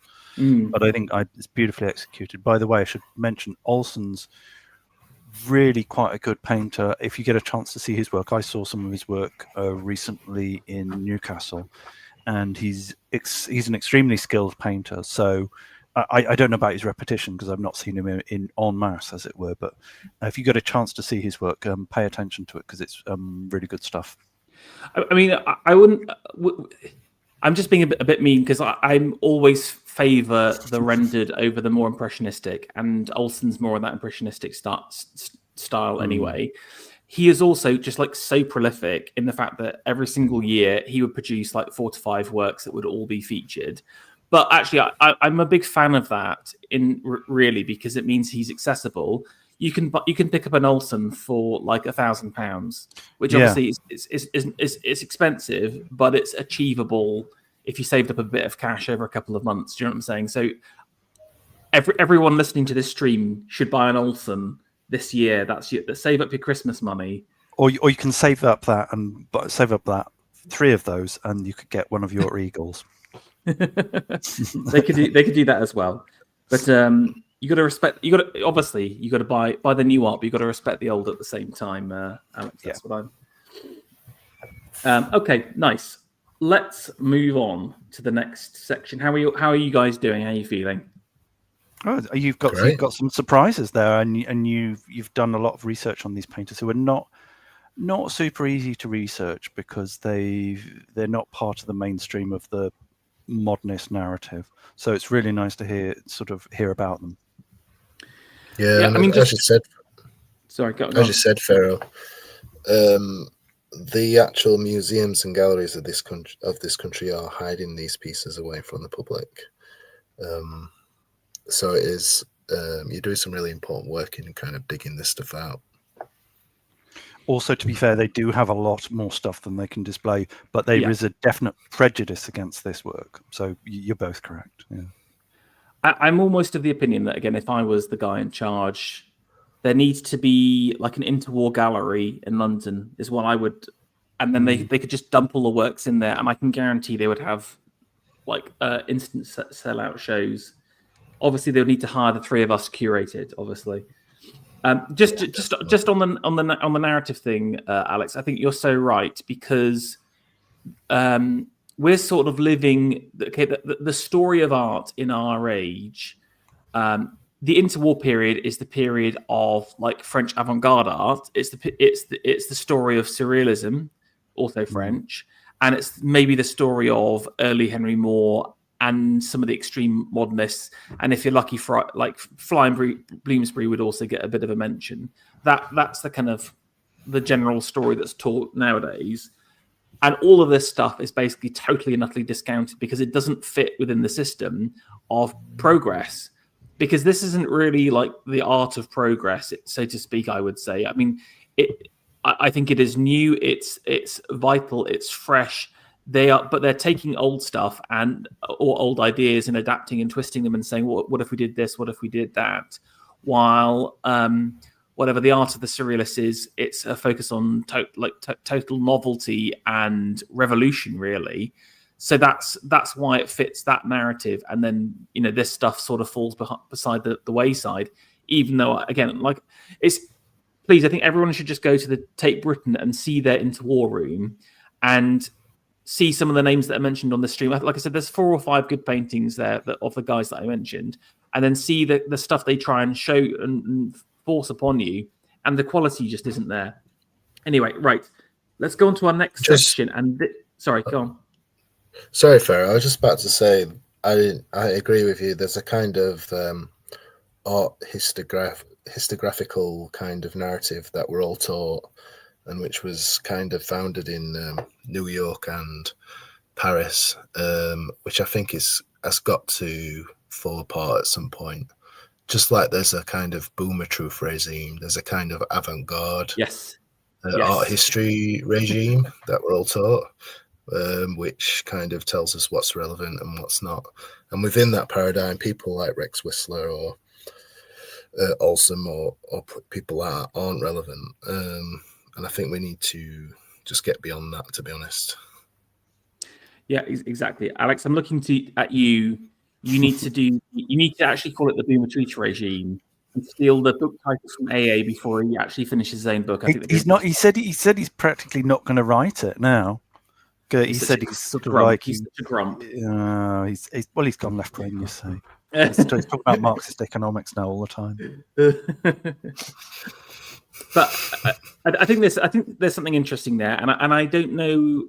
I think it's partly because of the focus on progress and this idea that there is a linear narrative of art that whatever begins with the caveman and ends up with conceptual art, but also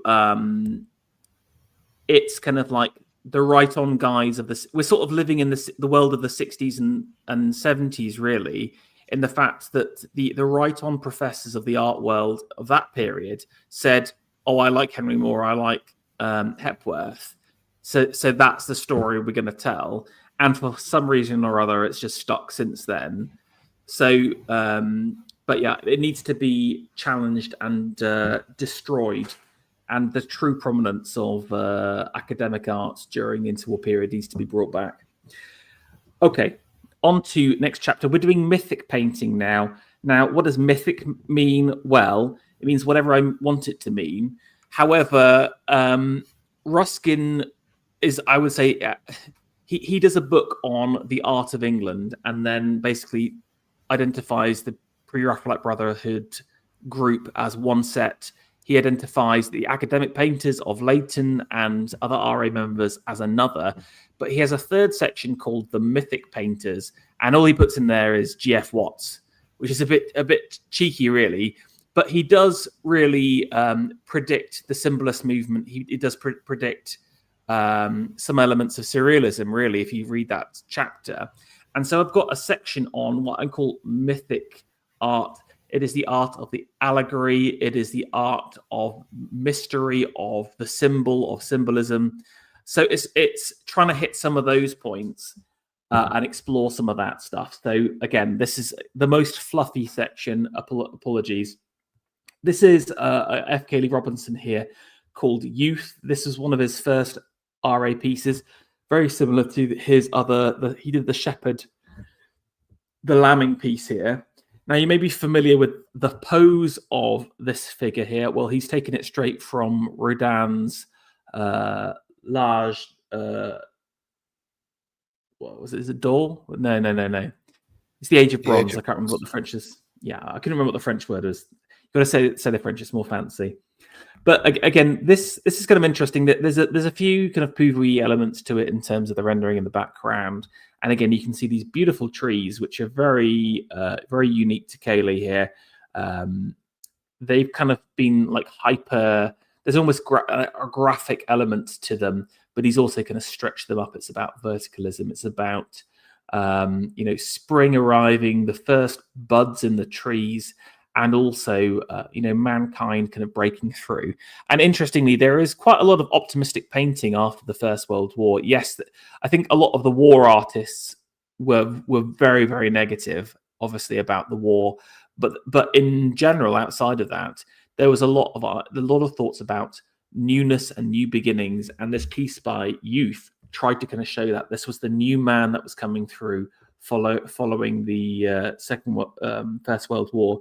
And you can see the kind of little group of figures here at the background, these mysterious dolums, or I don't know what you call them, Dolomite style structures in the background as well. Very, very mysterious piece. You can spend quite a lot of time having a look through all the little pieces, but I love the colors and the again, the characterization of the trees. This is a piece by Anning Bell. Anning Bell's most famous for, he does the mosaics in the Palace of Westminster, aka where the place where the MPs are in London. And he did a series of mosaics for each of the countries, and they're really worth checking out. This piece, he does some kind of interesting quasi-symbolist pieces. This is the Watchers at the Sepulchre. And I think it's a take on the story of Jesus' resurrection. Again, in the story in the Bible, it's only Mary that comes back. Only she recognizes what's going to happen. And only she recognizes that the chance of resurrection. But even then, she's still not quite sure. But she knows to turn up, and she's one of the first people that sees Jesus. And so maybe it's a take on that. Maybe it's just this kind of strange, ominous watching. This is about, color-wise, lights and shades, very muted colors, but then the kind of a dark red horizon versus the blue of this woman's coat. You can see how the face of the woman on the right-hand side has just kind of been, or maybe it's a man here. I couldn't even tell, just been so dissolved here and sort of melted away. And then, yeah, strong horizontals, but strong verticals as well. The two figures here matching the kind of the two lines of the sepulchre as well. Very mysterious, very interesting as well, and quite unique, I think, as well. Okay, Russell Flint. He does a lot. Basically, I would say he's actually maybe one of the best painters of women in general during this time. Like he is very, very skillful. Especially with the nude. This is one of his allegorical pieces. He doesn't do that many. I'm going to, what is it? Let's scroll this out here. This is Truth with Discretion and Patience. Now, I leave it up to you guys to work out which is which. But I imagined that the knitter is Patience because knitting anything is a total pain in the backside. So I think that's patience across there. Truth, I maybe at the top here, and then discretion across there. Really interesting kind of color. Did I hear someone unmute to give a guess? Did anyone want to give a guess on that? No, I'm curious because obviously getting a sheen on that. Do you know where that photograph has come? Where is this picture? I think it's like in a gallery in the north somewhere. But again, because it's not on display, this is probably taken in a back room, and so the quality is very, very poor. I'm genuinely sorry, but I thought it was better than the black and white photo from the catalogs. I always try and go for the color, and also I like the color scheme on this as well. This kind of like almost kind of greeny blacks. It's like a tinted. It's almost like a tinted drawing, really, isn't it? Very, very muted. Yeah. But they're kind of placed in this interesting triangular position, but also in this weird, dark, limbo-esque landscape. Three primeval forces. So you've got the delicacy of womanhood combined with the kind of the mystical nature of allegorical truth. How do you show that in the form of woman? I think really interesting, and Russell Flint definitely pulls it off, in my opinion here. Okay, we've got another Laura Knight here, and again, exceptionally annoying that she can just work in so many different genres. This is a piece called The Sea Sprite, and essentially it is a nude, but it's really interesting in the rendering because she's around for so long. She does lots of different experimentation. This is quite different to a lot of her other pieces. Again, if you see the face here, if I just zoom in, super light touch, super impressionistic. These kind of like just really dragging the brush on the canvas here, and you can see the colors of the previous colors coming through here. But then it gives it that kind of ephemeral quality to it. Again, this almost reminded me of a Surratt or something like that in terms of the color landscape. But she's getting a similar effect by, again, this kind of very rough canvas. Again, you can see the whatever the dots of the linen, and there is no kind of like deep graphical element to it. Really, it's all about looseness, but when you pull back, it gives it this wonderful hazy quality. And she's a sea sprite, but she's not really near the sea.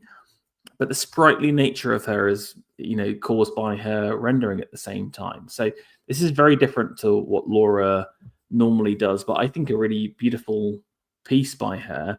And again, you can see the kind of the sun rising in the background here, and that's just literally like just a slob of paint with a palette knife at the background breaking through. I think it just takes such skill to be able to get that kind of true impression through such heavily textured paint at the same time. This reminds me of what you were doing with Prometheus a little bit, actually, Sam. Yeah, it's really nice. I did it, and it's totally unlike Laura Knight's other work, which is quite tight, like you said. The technical term for anyone who's interested is scumbling. Okay, there we go. I mentioned Philpott beforehand. This is again another one of his symbolist works, and this is called the Journey of the Spirit. And there's not much context to this at all.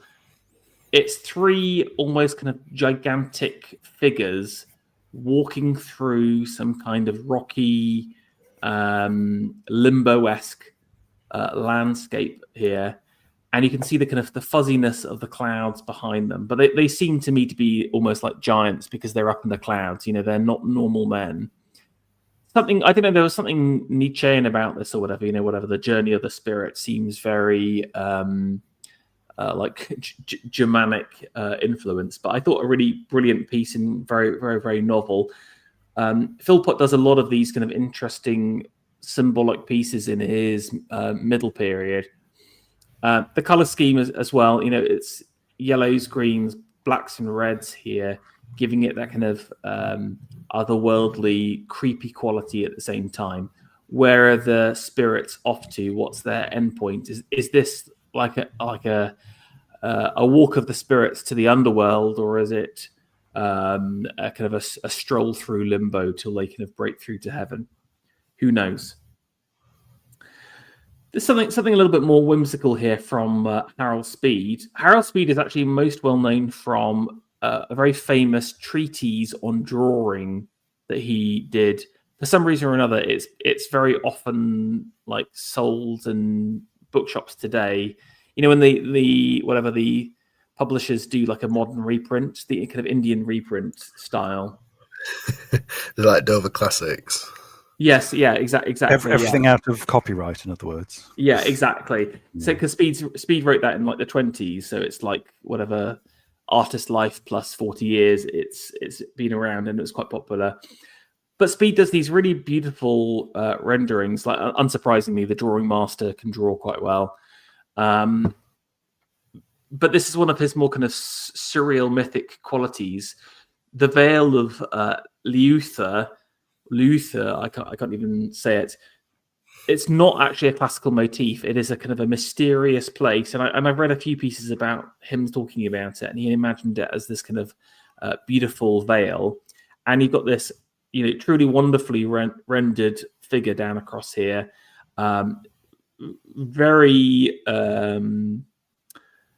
Very done up, but in contrast to this kind of interesting, relatively loose background at the same time. Again, that looks like a Griffin Hagen or a Pouvois style background. So there's that kind of interplay of strong rendering versus not. There is this kind of angularity to the background as well. It reminds me of kind of iconic work or Mantegna, something like that. I think it verges on the Bouguereau, like sentimental classical nude-esque style, but I sort of love the waterfall in the background, so I think he kind of pulls it back for me. Okay, this piece, this absolute banger, Sauter. This is the naughty artwork, very controversial at the time. It's called The Breakdown. And it's a comment on the jazz age itself. And actually, this piece caused so much of a stir in 1929 that Home Office civil servants demanded it to be removed. And it was removed. And Sauter actually burnt the painting after the effect. And it basically ruined his career, this painting. And it does show that the woke was already happening in 1928. And what do we see? Well, it's a kind of a middle class, whatever, upper class society lady, lost in a bacchanal trance to a jazz musician across there, and she's actually lost it so much she's actually discarded her clothes. You know, she's removed all forms of decorum and sanity, and she's kind of totally exposed herself. You've got the figure of the actual jazz musician across here, all dressed up with a top hat, which again would have been a little bit of a juxtaposition, let's just say, during that period. But he's also looking off to the side, interestingly, and I think his figure and who he represents and you know, who is he looking to is very interesting. Now, what's in the background? Well, we see this giant statue which has been shattered and obviously broken apart, and he's literally sitting on the statue. Now, again, I'll leave it to you to decide what the statue means, but it's obviously the play is on the word breakdown, which in jazz parlance is a kind of a jazz saxophone solo, but it's also a breakdown of empire, of morals, of society itself. So this is a commentary really on the state of the country in 1928, and Sauter wasn't happy with it. And I think it's a really brilliant piece just in terms of its rendering. I mean, the figures are so beautifully done. Look at the fold and the detailing. I got to say, yes, Sauter actually burnt this piece, but he was so annoyed about the whole incident, he repainted it again in the 60s, identically to how he did it. And actually, he had an interestingly long career, really, of the interwar guys. But because of this, he was, disgraced, really. But I think just in terms of the rendering alone, it's magnificent.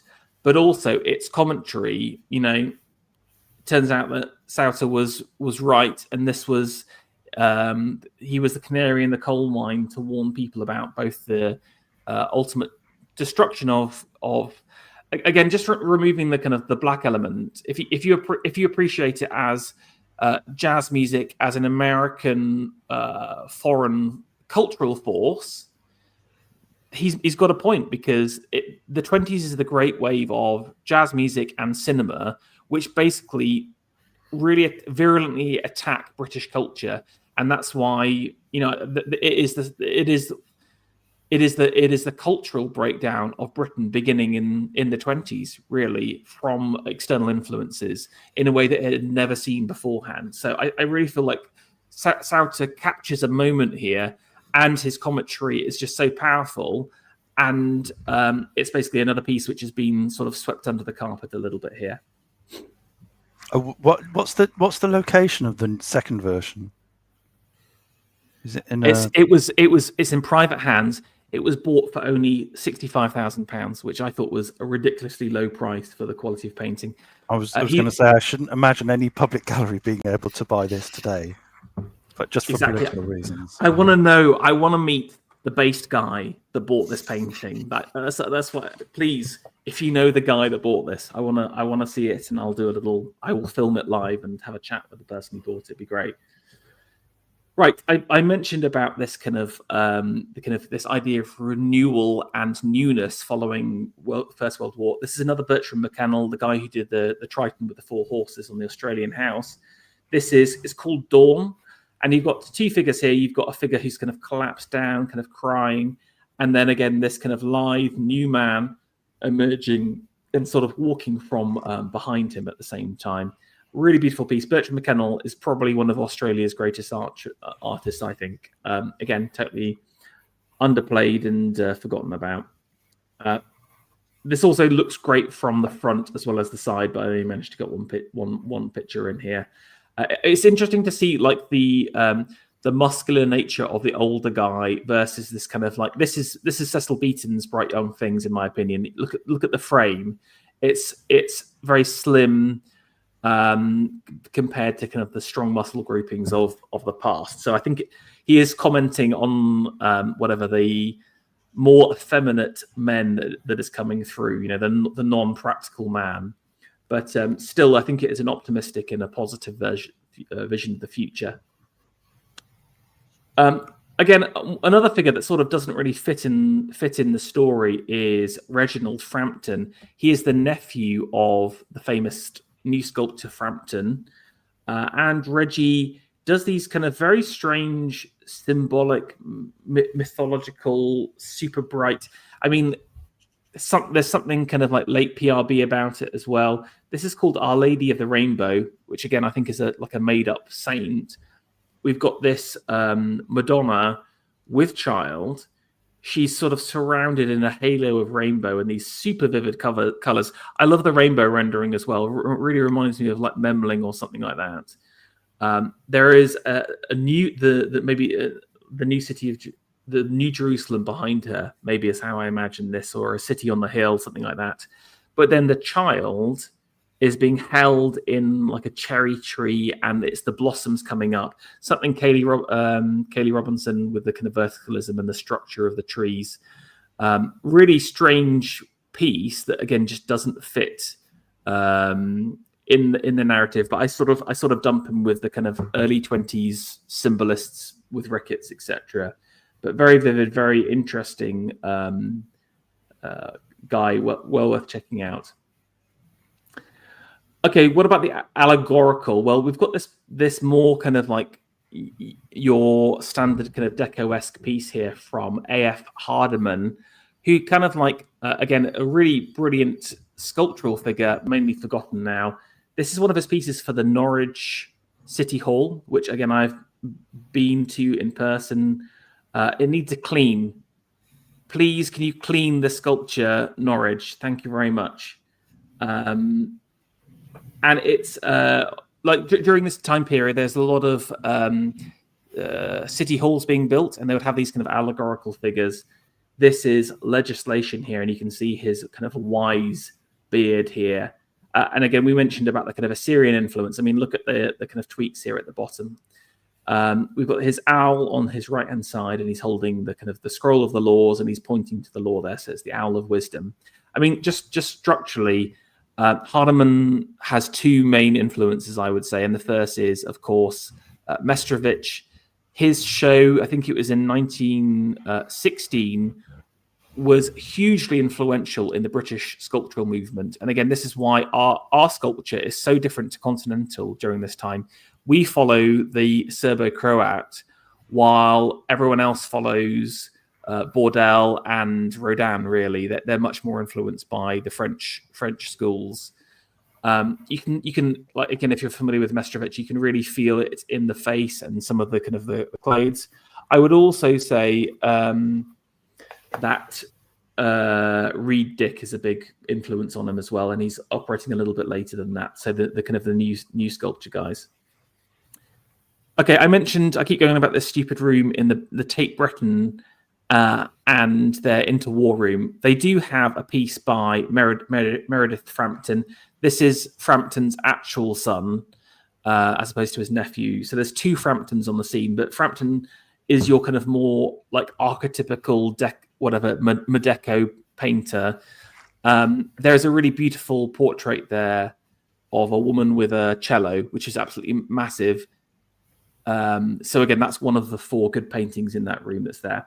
But this is kind of one of his kind of strange, like Frampton does a lot of portraiture, but he also does these kind of very strange symbolic elements to it. And this is one of them. This is called Trial and Error. And I interpreted it as like some kind of thoughts on craft and what you need, like getting to a place. So, for example, there's a couple of yes, it's a still life. Yes, there's kind of flowers in pots, right? But notice you've got this interesting urn with a pear on top, and that made me think about the artist's journey and trying to learn to do art. And you'd often start off with a still life, and you can see here a little sketch of a hand again. You know, this is the trial and error of learning. Notice you've got this piece of ribbon here wrapped up in lovely brown paper, and a mannequin and a tailor's scissors as well. So there's a trial and error of creating fabrics and dress design at the same time. And you've got these kind of mysterious, you can sort of see these engineering ledgers down here, that the format here, this large format, is actually definitely an engineering book of the time, because they were all done that kind of style. So this is the trial and error of engineering as well. So it's a really deceptive piece, because it just looks like your bog standard still life, but it has all of these kind of weird little strange elements to it at the same time. Obviously, just in terms of the rendering, this is the kind of most Dupart, like, look how smooth and shiny everything is. You know, this is very deco, but also like Frampton has got such skill and ability. Look at the is it a peony? Adams, you should know all the flowers by now. We need to get Amy to name that flower. Oh, that looks like maybe a carnation. A carnation. There we go. Yeah, but maybe. Like, note the rendering on that versus the teapot. You know, this is pure naturalism. This is pure like sculptural modernism. Okay, last piece here, and this is another Proctor. This is Night and Evening, and it's kind of an awkward piece, really. That it's symbolic, where you've got this kind of large, long format canvas, very reminiscent of Knopf and Burne-Jones, and the two allegorical figures of night and evening. So rather than night and day, he's had night and evening. So, you know, they're close together. They're sisters, and they're kind of loosely wrapped up here. I assumed that night was the darker-headed one, and then evening was the bright-headed one. But if you look, the black-headed girl, it has got like a flaming torch. So I would assume that maybe she's evening, and she kind of represents the kind of the last glowing light of the day, and actually night is represented by an almost like a personification of Luna and the moon, and that's why she's actually kind of lighter skinned, because of the lightness of the moon. Really interesting format. And again, this is actually one of like Proctor's most well-rendered pieces, actually. But I'm a big fan. We sort of see an owl flying over. There's an awkwardness to it as well, but that adds to its kind of slightly mythic, strange nature. Okay, guys, over to you. Anything that caught your eye that you want to chat about? Really good section. I thought there was some really good. There's some really good work there, which, like you said, is not particularly celebrated. Gosh, I'm a bit torn. I like the Flint. I like the Philpott. I like the McKennell. The Suter piece is it's such a statement, isn't it? That's just got such an interesting story to it. I think I'll go for the Philpott. I'm quite intrigued by all these. Do you think did they all know each other? Philpott, Ricketts, Shannon, Griffin Hagen, these kind of almost symbolist painters that are active during this time. Do you know, Vero? Griffin Hagen. And okay, the key point of connection is Ricketts basically ran his own art show known as the International for 20 years during the Edwardian period. And basically he pulled together a group of like his friends together and showed, and that they call them the International because they literally had like Rodin as one of the members as well, and Mestrovich. But so he sort of had those connections then. Philpott is a bit different because I see him as kind of being picked up by the RA directly. If you see his early work, he sort of has a Picasso-esque background where he begins doing these kind of super well-rendered pieces and then gets more experimental in his age. It's just that Philpott initially goes down the symbolic route, and then he actually has an entire like super modernist phase towards the end, which is not as good, if I'm honest with you. But okay, I'll put down Philpott for this one, and I'll go for the Proctor Still Life. That's pretty good. It reminds me a lot of stuff that was done in the early 1970s. Yeah, there's a lot of photorealism and sort of painting adjacent to photorealism that happens in the early 70s. But I think this is like it, but it's got a really much stronger quality. It's much more integrated.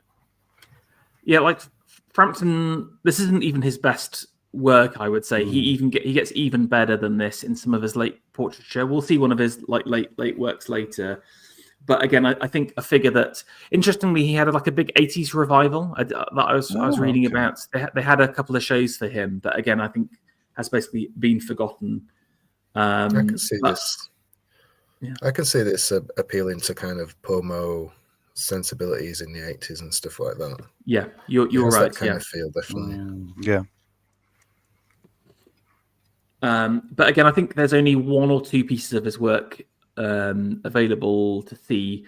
Again, there was a notable one in the Farrens Gallery in Hull, and they didn't have it, and I was absolutely cheesed off. I was cheesed off. Okay, enough complaining. Anything else, or should we move on? I think we better move on. Oh, we like the jazz piece as well, though. Yeah, I mean, Souter is this is the number one piece. This has got to be one of my favorite pieces of the entire time period, but it's just so naughty. It's a genuinely dangerous piece of art, I think. Evola coded. Exactly, 100%. Okay, guys, I've got to tell you now, we're officially halfway through. How are you? Oh.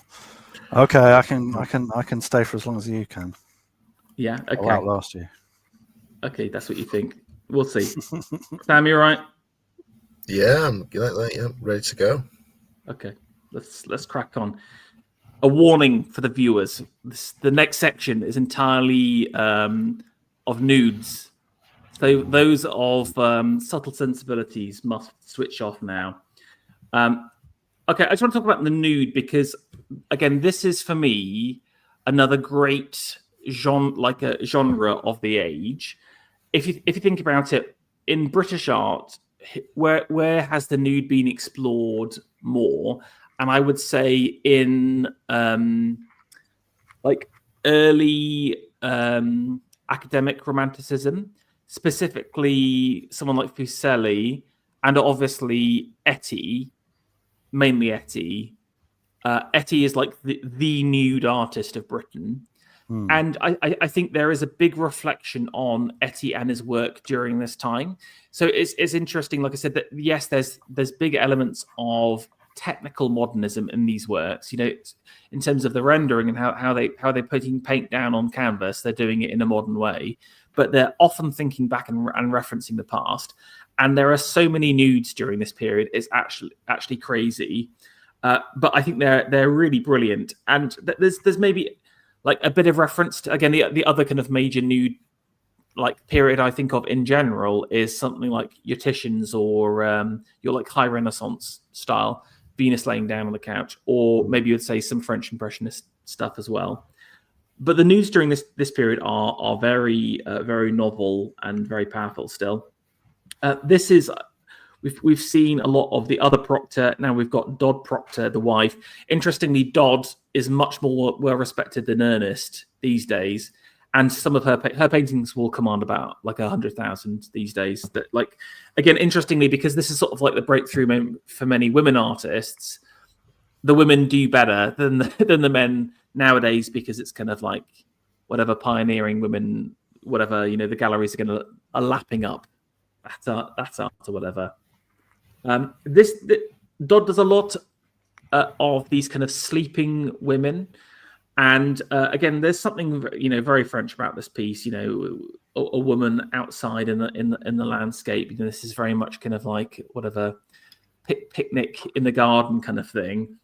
And again, you can see with the rendering, with the brushstrokes here, very impressionistic, and even the color scheme. But in terms of the kind of how the figure is laid out, how she's being rendered, still is quite the figure versus the landscape. I think the actual landscape itself is very impressionistic, but Dodd's really managed to capture something special here. You've got the speckled light, so the dappled light coming through from the apple tree, and the piece is called The Orchard. It's all about fruit and the first fruits here, and it's a woman just sort of reclining in the sun, enjoying the beauty of nature. But she's kind of been presented to us almost like one of these apples that she's surrounded next to. But I think this is brilliant, one of Dodd's best pieces.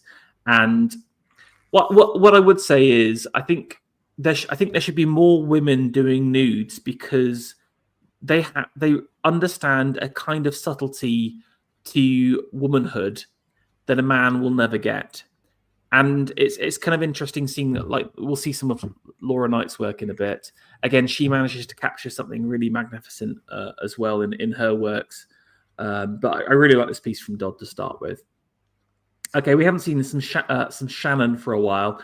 I mentioned kind of you know, the lover of rickets. He does this kind of again, he's hard to place. It's almost kind of like aesthetic style, but he's operating in the 20s with this piece here. This is called the Toilette. This is all about the toilette is quite like a classic nude motif for this period, and it's about a woman who is kind of obsessed with herself here. So you can see she's got her attendant giving her jewels, but she's kind of taken her dress away and she's just admiring her own image. But she's kind of transfixed. She's kind of lost. She's not even noticing anything else that's going on. There's a bit of a Van Eyck going on in the background with a circular mirror, and we can see a mysterious figure. Is it the painter, you know, like Velasquez does, or but I don't think it is. I think it's just someone else in the room. But you can. It looks like we're up in an attic, so maybe there's even more women in the toilet or whatever that we're being surrounded by. You've got things like this beautiful peacock feather, lapis lazuli, more beads. So this is really about the nude as vanity. Really, she's lost in herself. And again, his colors are really magnificent. Keeps it really tight. Blues, powerful reds, very, very striking at the same time. Very one of a kind during this period. I think a really lovely nude here. Okay, I mentioned about the masters of etchings and printmakers. Brockhurst, for me, this is like one of the greatest etchings of all time. So again, if you look at this, you'd think, okay, this is a painting. It is not. It is an etching. It is called Adolescence. And I think it's a reflection on, again, womanhood, about growing up, about understanding one's own body. So obviously adolescent implies it's a young girl, and she's tilting the mirror to see herself as she grows up into the fullness of womanhood as well. Let's just talk about the technique here for a second. I mean, I think that the mirror picture is actually less good, but if you see the back of the woman across here, it just blows my mind that this is an etching. If you see the detailing on the pieces, I genuinely, again, Sam knows, and Alex, the print art better than me. So this is mezzotint, is it? I think it's just a normal etching. I don't think it's a mezzotint even. I think Is it really? That's what I think. Yeah. Okay. Well, it could be. I mean, yeah, it could be. Well, it could be aquatint, which is how you're getting this sort of stippled, dappled quality. But I'm looking at it, and I think it's a mezzotint. Okay. Whenever I've seen it, because basically it's beautiful. Yeah. These do come up on like Christie's and stuff. Like a single print will sell for like 15 grand relatively regularly. Which is the same price as, I would say, like an original Dura print, for example, just to show you how much they go for. And it's always listed as an etching there, but I'll need to actually. I'll have to look at one of them. Yeah, mezzotint would technically be classed as an engraving rather than an etching. But if it's an etching, then that's quite possibly aquatint. Okay, that's beautiful. Yeah, but. But also I think it's a good, interesting subject, and again quite novel. Brock has some brilliant portraits that we'll see later. Okay, we've got a W.G. de Glen. He's kind of like sort of in the Sargent impressionistic camp. He sort of sits a little bit outside everyone else, really, a bit anachronistic, really, a sort of a fallback from the Edwardians, I would say. This is choice of the model. There's something of your like choice of Paris here, but we're kind of presented with three different women here, three different nudes, and like it's hard to see from the kind of picture, but he does paint exceptionally loosely. But like I said, kind of interesting, kind of novel compared to everyone else that we've seen so far. Okay, this is one of Laura Knight's works. This is Dawn. This is what I was saying about, I think, women painting nudes of women, adding a real different kind of element. Again, there is nothing. This is something that Etty mentioned. He often talked about the purity of the nude, and it's all about what's in your mind as you're painting and choosing something. And he was obsessed with this idea of, if you paint a nude from a place of total lack of licentiousness, then it's about the celebration of the body. And again, his point was that when man was created in the garden, the nude form was the perfect form, and actually it was through the debasement of the tree of knowledge that they realized they were nude and they started to cover up. And I thought that was interesting about just conceptually because I think the nude often gets kind of tied into like licentiousness, but Laura Knight here with her Dawn piece. Again, it's about the dawn of womanhood. These are two relatively young girls who are kind of just sort of growing up, but there is such a purity to this piece. It's about the rendering of the body, just total beauty. And again, a totally different rendering style compared to something like Z Sprite and Motley as well. Sort of pseudo impressionistic, again, something a bit Surati in my whatever, like probably the wrong word, but like kind of like a layered colors built up by individual brush strokes here. But I love the colors on this. I think it's a very powerful piece. And again, that it's the dawn of womanhood, but there's something allegorical about it as well. I think this was painted a couple of years after Ernest Proctor's Evening and Night piece, and I think that maybe the allegory is taken a little bit from that as well. Okay, I've got two pictures of this. I've got the black and white original, but I've got the color as well, so you can see it. B. Fleetwood Walker. again, on the deco spectrum is quite, I would say, relatively high on the deco spectrum. This piece is called the Model's Throne. He's quite well known for his nudes, I would say, and some of his women. I've included the original here just so you can see some of the colors, but the size is quite low, so I prefer to look at the black and white. This piece is called the Model's Throne, and I think it's like a witty take on the role of model. You know, where does the model truly sit? Does she sit on the chair where she's been arranged to be painted? Is the model's throne actually the canvas that she, you know, her image sits on, or is it in the magazine where she's kind of been a famous model and starlets are celebrated at the same time? But interestingly, Fleetwood has just put her on the floor, surrounded by these accoutrements at the same time. Is that, you know, the model's throne is wherever she's told to be. You know, there's something about the artist having power over her. Fleetwood has a very definite rendering style. Again, that's a bit like Tamara de Lempicka, a little bit, I would say, but more naturalistic at the same time. But really worth checking out, and a great color scheme on that as well. This was an interesting piece, Ebony, Ivory, Crimson and Gold by Louis Genet. And this was kind of like the defeated nude. Again, I think I've been spending more time looking through some of Etty's back catalogue.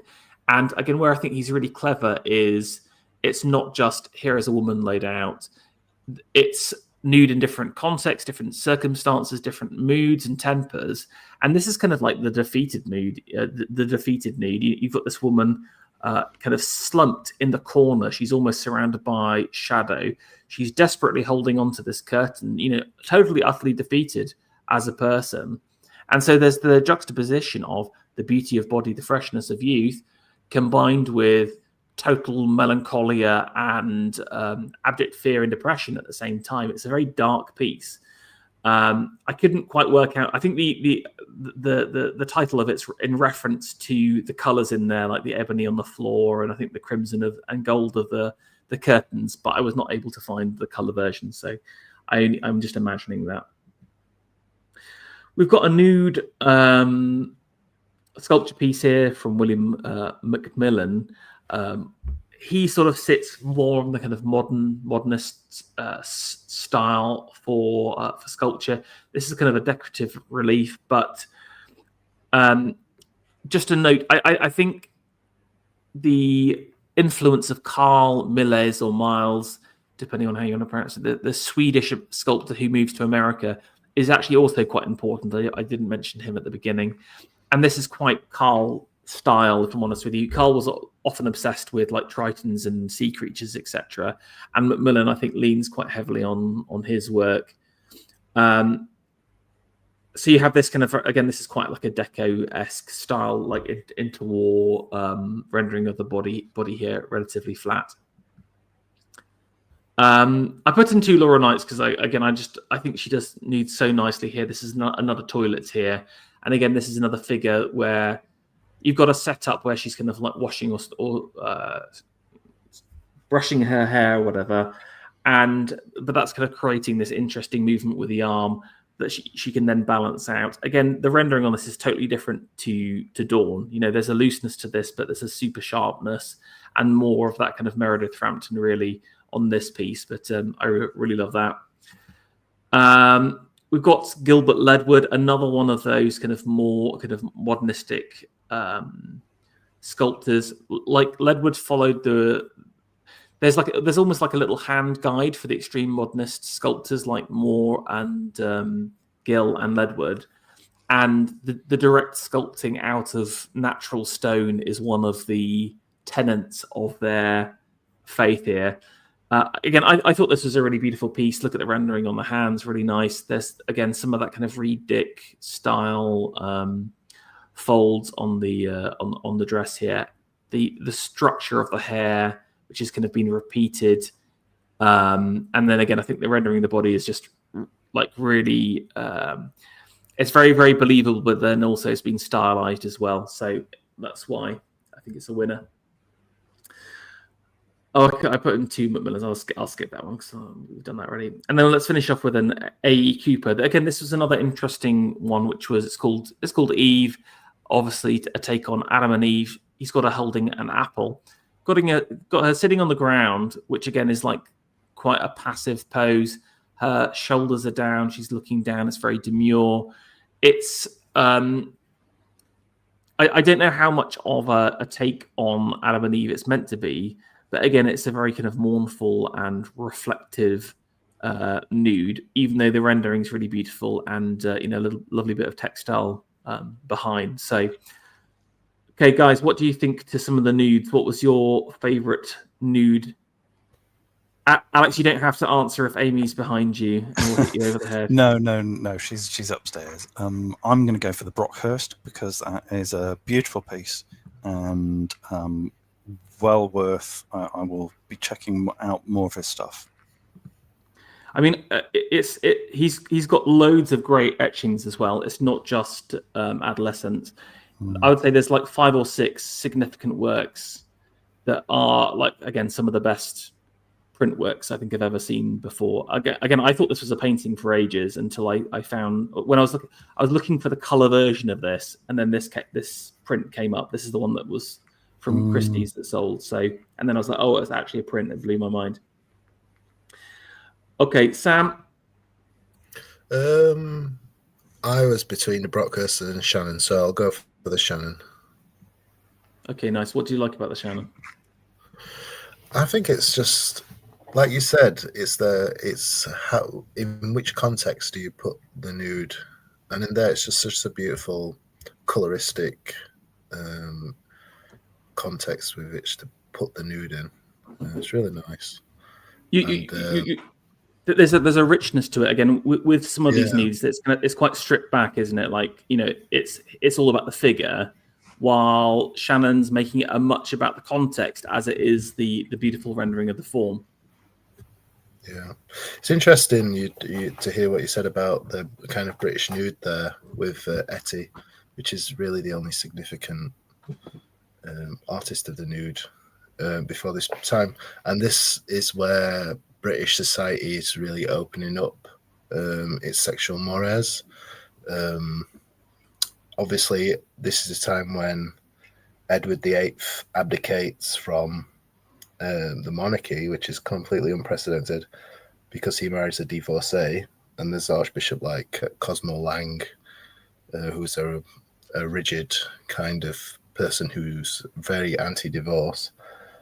But then also you said about the flappers and the liberation of women and stuff like this. So I think this is a really interesting time for kind of this kind of subject. And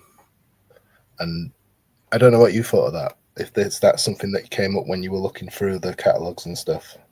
Yeah, like I think one of the themes is freedom for women, but this is the moment. It's kind of like freedom, but freedom from consequences, if that makes sense, because they haven't had any of the consequences of the kind of the liberation.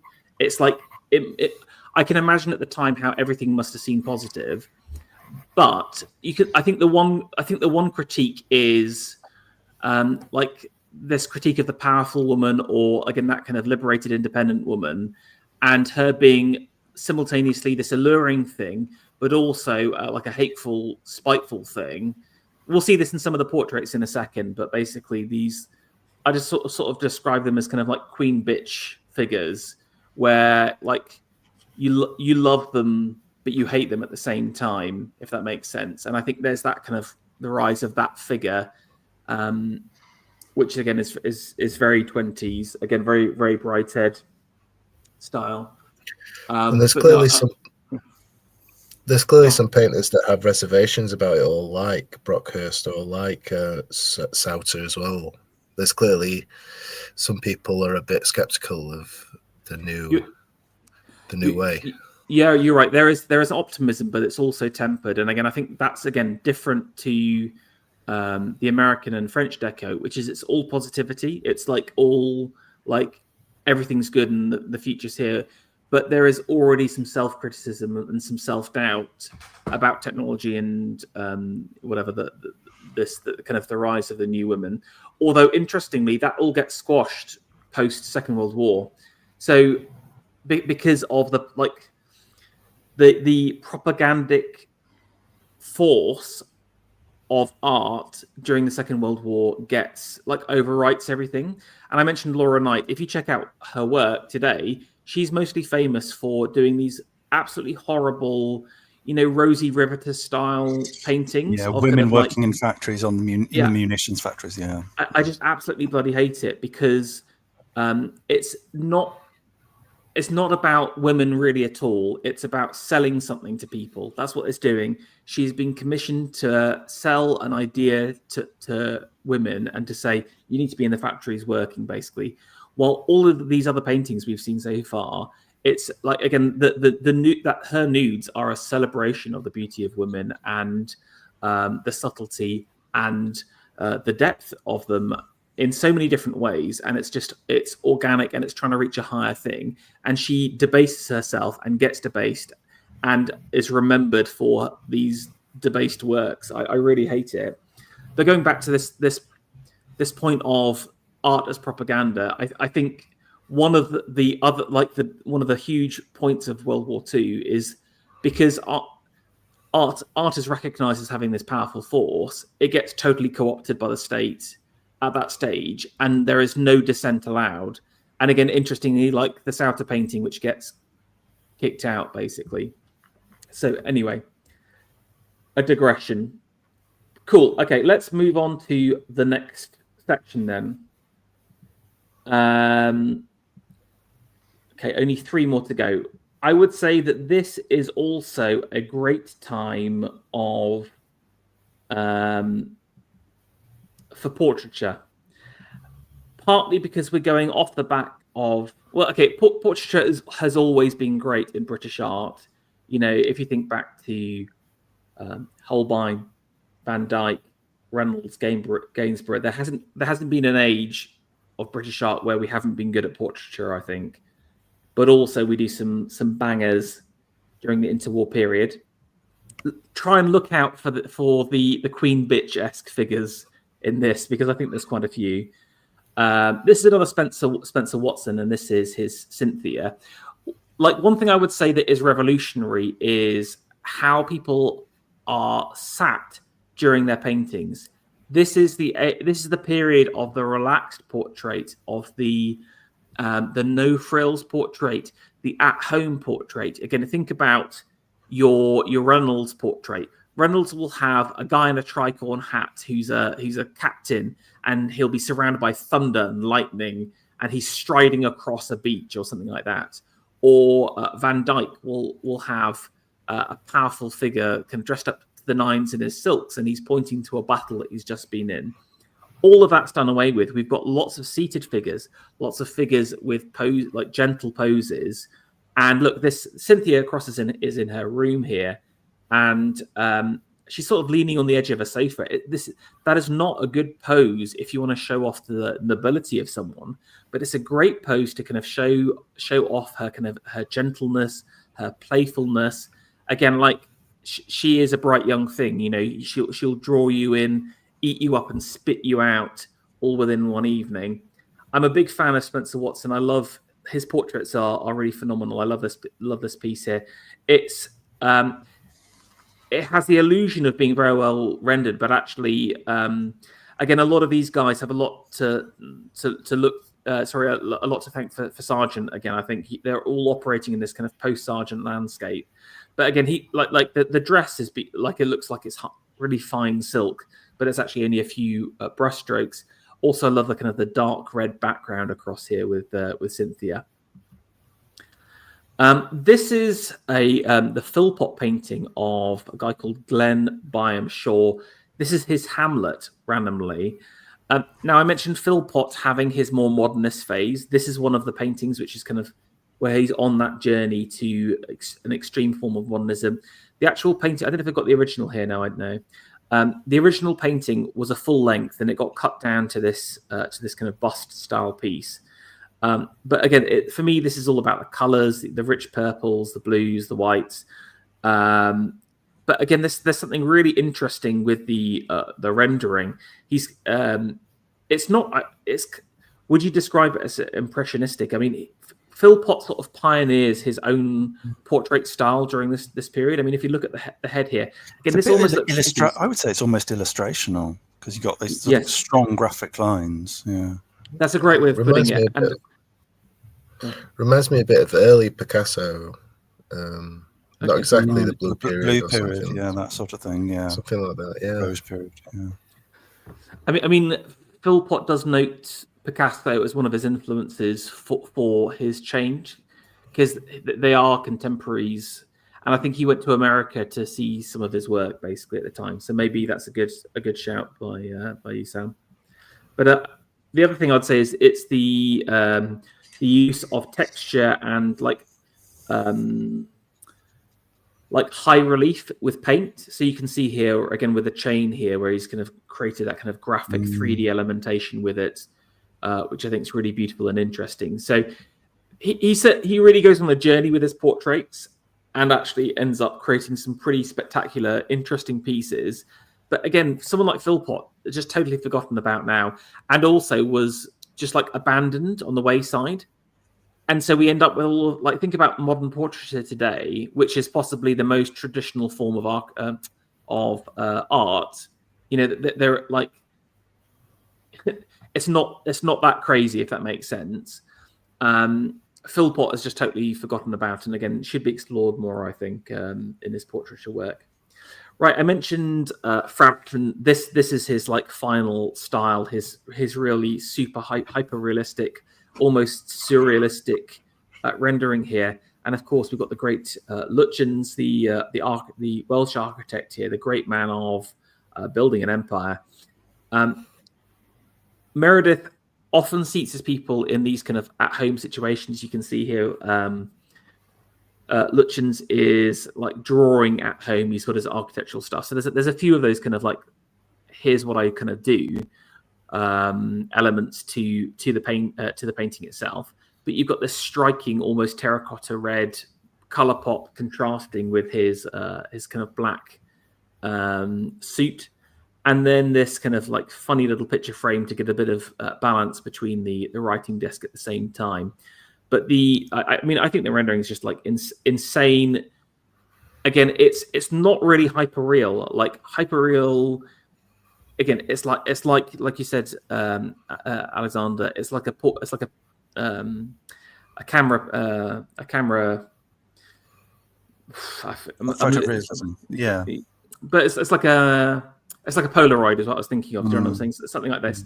This isn't like a Polaroid. Like it is real, but there's an unrealistic element to it because of the smoothness, because of the kind of flattening of texture. So for me, this is a really interesting, unique style that he kind of pioneers, and he does about 5 or 6 portraits like this that are in this very highly done manner. Okay. Going back to the 20s, we've got William Strang, the great Scotsman, another brilliant etcher. But he does some of these kind of like in between. It's not quite Edwardian. It's not quite your 20s and 30s style. So he sort of acts as a bit of a filler. And I think he starts to capture the kind of post-war powerful woman here. And this is the feather fan.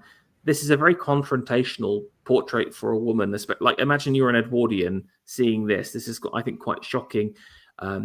There is a youthfulness and a beauty to her, but it's also a great strength to her face as well. I'm a big fan of these late Strang paintings, like post 1900. But like that. Here we've got Harold Knight. Again, Knight does some amazing portraits. Very, very, very, very, very real. I mean, there's a very famous Klimt painting that this sort of reminded me of, but I thought this is excellent. Miss Ethel Bartlett here.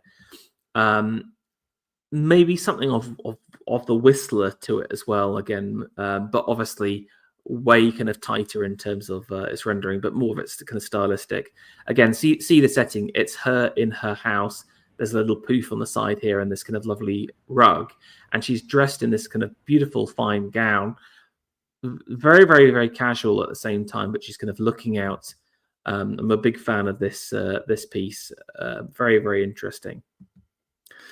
Okay, if we're going to talk about portraiture during this time, we've got one of the Irish greats, John Lavery. In terms of like people who can command a price, Lavery's works go for like 200,000 plus, but only because I would say, sorry to say, I mean it's a little bit mean, but because he's like one of Ireland's few great painters, and so like if you're rich and you want to kind of support Irish painting, there's not like many choices. So Lavery is your choice. Again, I would say out of all of these portrait painters, he leans on Sargent some of the most. But I loved this picture of Miss Sheila Beddington, absolute 20s bitch queen vamp here. She's kind of sitting down, confrontational, folded legs. She, it's almost like we've given her some flowers and she's kind of like laughing at us and crushing the flowers in her hands. I mean, she's interesting as a figure in her own right. There's so many characters of this time period that are really interesting and unique as well. And Sheila, I think, ended up divorcing her husband and then had like a very kind of a bit like the Vita Sachs, Vita whatever her name is from the Bloomsbury set. That kind of Sackville West. Sackville West. There you go. Thank you. Interesting kind of eccentric women type. Oh, there we go. I've got the original in black and white because I think it's better. I think he must have done a repaint. You can see where he added in more of the background after submitting. But yeah, no, I think he makes it even more menacing, I think, on the second time there. Okay, we got Russell Flint doing oils and doing portraiture, which is quite rare. But this is for Rear Admiral Murray, what's his name, Souter.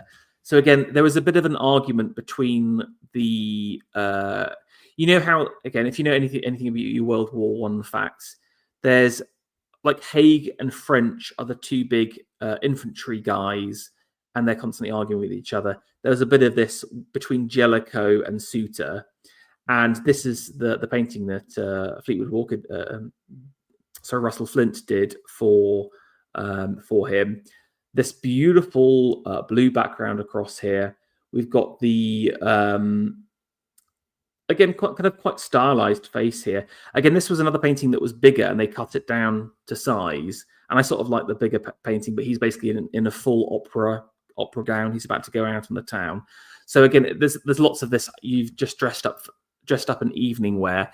They're kind of there's formality in the dress, but informality in the setting.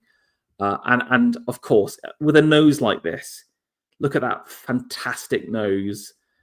Like that's the nose of Wellington. That's archetypal British face here. That's absolute beat.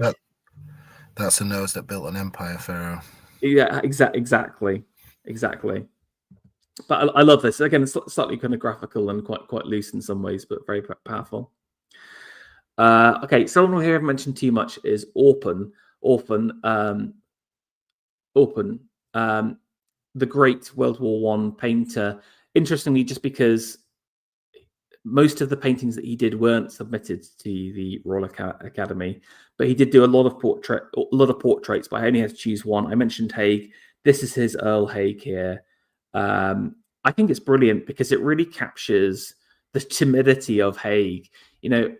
Haig's an interesting character because he was loved after the First World War. He was hated by the time of the Second World War, and he's even more hated now after things like "Oh, What a Lovely War," etc. It's donkeys. No, it's lions led by donkeys. I'm more sympathetic to Haig and French, if I'm honest with you, just as an aside. But also, I think they're really interesting figures in their own right, and so just value free outside of their ability as soldiers. They are both interesting men, worthy of kind of respect and of note in their own right. But I just love this painting by Orpen here because I think Orpen counts as an Irish artist as well. But for some reason, I like because he's more like Anglo-Irish. I think Orpen sort of was on Empire's side during the national uprisings, while Lavery was a definite Irish nationalist. So that's why he's kind of better supported. But look at these little timid hands across here. There's a nervousness as he's holding the kind of baton of authority. This is the man in charge of the lives of millions of men here, and he seems very tepid. But there is a kind of a strength to him and a fortitude, you know, a very strong and stiff back, the best of Empire at the same time. But it's the colours that you know, Orpen really brings out here with the kind of beautiful bold reds with the grey of the jacket here, and he's sort of knocked it off the shoulder so you could see that lining a little bit more to match to get the kind of collar pop with some of the medals. Okay, we saw some of Brockhurst's etchings. I think he's also brilliant in the portrait mode, and he basically, the only thing is he basically does exactly the same portrait 1,000 times, and this is the portrait that he does. It's a sitter looking face on in a kind of a weird limbo-like background, lots of jewel tones as well. This is Jeunesse Story. This was kind of like his muse. He used her loads and loads of times and actually ran off with her to America eventually. But again, he sort of is within that photorealistic Frampton-esque sphere. But there's a real darkness to his paintings and an amazing color language that you don't see anywhere else at all. Just like he really manages to kind of capture the purple in this kind of brown hair, and then match it with the blue and the kind of yellows here. There's obviously something sexual about the figure. There's the beauty. There's the kind of the nipples pointing through, but it's also kind of diffused by the kind of a neutrality and the kind of calmness of the rockiness as well. So it's not kind of this kind of, again, overly vivacious figure. It's hints of sexuality on you know, a stony surface as well. But check out Brockhurst's portraits because I think they are spectacular as well. Right, we've got a bit of a throwback with Frank Dixie. So Dixie, again, I would put him as like one of the last of the old PRB gut boys. He does like lots of quite famous knights doing knightly things. But by the 20s, he's quite old. But he basically survives for ages. He like lasts until the 30s and does 10 years of really quite phenomenal portrait work. So check out Dixie's late portrait work. What he's so good at doing is, again, capturing ethereal beauty. And again, it's really, again, he doesn't rely on Sargent. He doesn't rely on any other portrait painters. He creates something really unique to himself. This kind of academic rendering quality and beauty combined with just such a skill and mastery of textiles here. So look at this. He's chosen this shawl, which is just like an utterly beastly thing to try and paint here. Look at all of these tassels coming across. This lovely, rich, peachy satin as well, and he just captures it perfectly. And then and then the settings again are really like, it's about richness, abundance, kind of goldness. It's almost like we're sitting in, you know, Whistler's Peacock Room or something like that. And again, the color language, it's kind of yellows and greens and purples, very, very rich. Check out Dixie's late portrait work. I think some amazing stuff. I would have put 5 portraits in here if I could do. Okay, James Gunn, not the director. Here does, I would say, kind of like your Hollywood starlet style. He kind of gets prominence in the 30s. I can't tell whether it's kind of just like American influence, but I think he does do something interesting, which is he takes some of what Brockhurst and Frampton was doing and then adds a little bit of that kind of American glamour. He does do a lot of kind of like old men sitting, but it's his women that are phenomenal. And I love the setting for this. This is Pauline. I think it's his wife. And he's kind of put her in a lake in the middle of nowhere. And it's kind of like it's a very unique portrait setting. It's sort of Brockhurstian. That's why I'm saying he's sort of looking to him a little bit, because Brockhurst often puts these kind of weird landscape backgrounds to his work as well. There's a bit of a kind of like a view bending here where you can sort of look into the lake and then the perspective resolves correctly in the horizon. There's a smokiness and a mystery to it, and it's like, why would you choose all of these kind of like winter plants? You know, this is not what womanhood's really about, is it? Like in Dixie, he looks at womanhood and he sees, oh, it's womanhood is a beautiful flower. But Gunn sees the vamp. He sees this again, the woman of winter that will, that is harsh and cold and cruel. But again, really brilliant rendering, although a bit more hit and miss, I would say, with Gunn. Okay, the best portrait sculpture, of course, is Sergeant Jagger's Ernest Shackleton. I used to pass by this every single day on the way to university, and you have to see it in its situation, which is sort of in a niche on the Royal Geographical Society's building at the top of Exhibition Road here. There's something subdued about it because it's super massy. You can see how like Jagger normally is a bit more defined, but you can see sort of all of the kind of individual little clay blocks in the outfit. And again, it's sort of anti-heroic. Again, you're not showing off this kind of toned, muscular physique, this powerful figure. But actually, he knew that Shackleton's power is in his fortitude, it is in his unbreakable will and power. And we get, one hand back behind the other. This is so unlike his other kind of war work, which is kind of like melancholic and has a different kind of power. Shackleton's power is just determination. I will achieve, I will destroy, I will accomplish. And it's just a phenomenal piece, and you have to see it in the situ because it adds to the piece. Okay, going back to more of these kind of starlet kind of pieces that come in the late 30s. This is Howard Somerville's Nora Baring. Again, it's interesting, again, just seeing the stylistic nature here.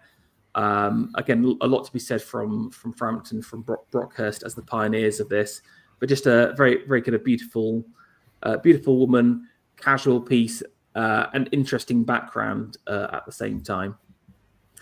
Okay, I've got one more sculptural portrait, and this is by Charles Wheeler. Again, one of the great sculptors of the second half of the interwar period, and one of the more extreme moderns. He ends up being president of the Royal Academy, one of the most disastrous presidencies of all time. But anyway, that's another story. And this is this sort of sits. Basically, Wheeler was heavily involved with Baker's redevelopment of the Bank of England. I think it's a classic interwar building. I spent a lot of time researching and looking into it. Some brilliant sculptural work on the outside. I want to say that the interwar guys got the relationship between architecture and sculpture, and this bust was created to sit above one of the doorways. So again, you've got to see what it looks like in situ. And it's the founder of the Bank of England, but it's done in Wheeler's kind of like more modernistic style, but with the accoutrements of William and Mary style, kind of a proper wig. But he's kind of reduced it down to these kind of like very definite scrolls, which gives it a very powerful quality, and actually way better than I think any sculpture of the Queen and the William and Mary period. Anyway. Okay, I'm going to rattle through these last two because it's been a long section. We've got this George Hall Neal. This is composer Cyril Scott. Kind of interesting. I like the colours on this one. And then I just wanted to finish off with Wyndham Lewis's T.S. Eliot piece. Now, there's a story about this where he submitted it in 1938, but it was rejected by the Royal Academy. And it basically caused all of the more forward-thinking members to leave the academy. And it basically the rejection of this painting marks the end of the Royal Academy as an important vessel for the arts in the country. I think this is like a hugely important piece. Just stylistically, if you know Wyndham Lewis and his works, this is a massive. This is his like most realist work, and actually his pieces towards the end of his life are about reconciling his early modernist work with what was going on really when we like what Philpott was exploring, what some of the other interwar artists, and he was trying to create something which took the best parts of his modernist portraits, but added this kind of realist layer. And for me, he just absolutely hits it with this T.S. Eliot piece. It's about like shapes and rendering and shadows and light, but also it's about kind of capturing a mood and you know, like an ability and a determination. And you know, look at the face of Eliot here. You know, I think it's totally brilliant. Okay, that was a long section. Portrait had the most paintings in. Guys, over to you. What anything catch your eye? I was kind of attracted to the Philpott portrait and the first portrait for two separate reasons. There's if you go to the Philpott one, there's a tradition of painting actors in Britain, which goes back to, I think, Garrick and Zoffany in the 18th century. So it was nice to see that they were still, that the theatre and painting still had that dialogue in the 1920s and the 1930s, which is really interesting. Just to interrupt on that, there's a really good Harold Knight of Laurence Olivier, actually. So again, this is a big period for theatre, I would say, actually. So yeah, so that was nice to see. But I also, going to the Flapper portrait, I think, yes, there is like a kind of bitch energy from some of the women in these portraits. But I think if you understand the context from which these people were coming from, they were coming from a very stuffy Victorian Edwardian period. And I feel like they felt that this kind of bitchiness was a kind of a breath of fresh air. And there's that kind of upper class kind of 1920s Art Deco blitheness that is rather refreshing, I think. And that's true. It is actually weirdly aristocratic, isn't it? Let's be honest. Yeah, definitely. And they're kind of hard nosed as well. Kind of realistic about. That's all. Yeah, that's true. Things. It's kind of like all of the kind of late Victorian sentimentality, Millet's bubbles, and like some of the worst parts of the PRB. The last part of, like, again, if you see a lot of the late PRB paintings, even Waterhouse, let's be honest here, suffers greatly from this kind of like fantasy and overly sentimental works.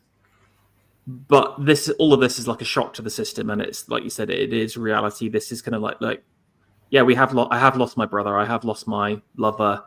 Our fortunes have been ruined by the war. And just having to deal with that reality of the post, like what after the worst thing could possibly happen. So, and people had to adapt as well, didn't they? They couldn't afford to.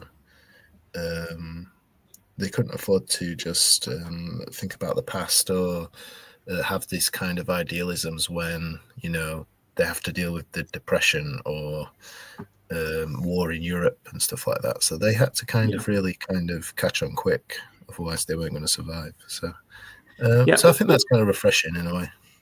Yeah. Also, like servants, for example, you know, all of these guys before the war would have had like a Downton-esque array of people, and then you're lucky to get one or two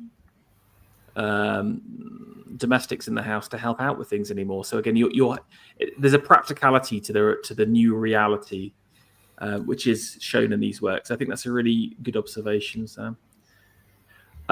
Okay, Adams, over to you. Any thoughts? Briefly, I would hand it to the Brockhurst, but I would say the Dixies are wonderful in terms of colour and that satin painting and the beautiful way he did sort of like the peach, and then he went over it with the grey. That's like, ooh, that's nice. I'm really attracted to that. So there's some really good, like even more ethereal pieces as well, where he again puts them in these kind of like organza silks and has the background kind of fading in.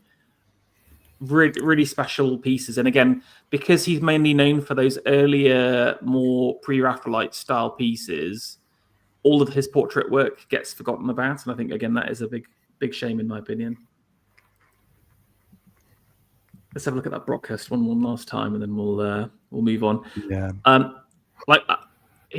Brockhurst is getting more attention now. And interestingly, there was a Phil Pott exhibition like 5 years ago. I saw. It's a bit annoying that I didn't know about him back then. I would have definitely gone. So I think some of these guys are getting attention. Actually, Phil Pott does very well. I would say he commands about 100,000 for his paintings, but mainly because he's famous in the gay community, and also he paints a lot of African figures. So he's kind of like on the face of it, he seems quite woke, but he is actually a deeply spiritual Catholic man as well, and people forget that about his work. There's a deep spiritual element to him, which is he's a really interesting guy because of that, I think. So, right. Okay, let's do the next. How many more?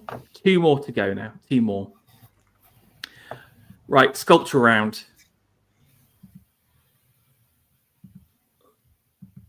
Okay, let's bring this up. Now, I mean, Sergeant Jagger. I mean, the quintessential interwar artist. Unfortunately, he didn't submit most of his work, or a lot of his war memorial stuff did not get submitted. So I just wasn't able to put it in here. I have put in one of his more kind of random bits of work. And again, I first saw this as a child passing by the V&A, where if you go to the sculpture gallery, or one of the sculpture galleries, on the wall is this piece, and underneath it is like a fireplace.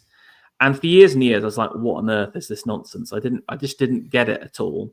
But the story behind it is it was part of a Gesamtkunstwerk design piece for a flat for this couple. And I think it was a doctor and his wife.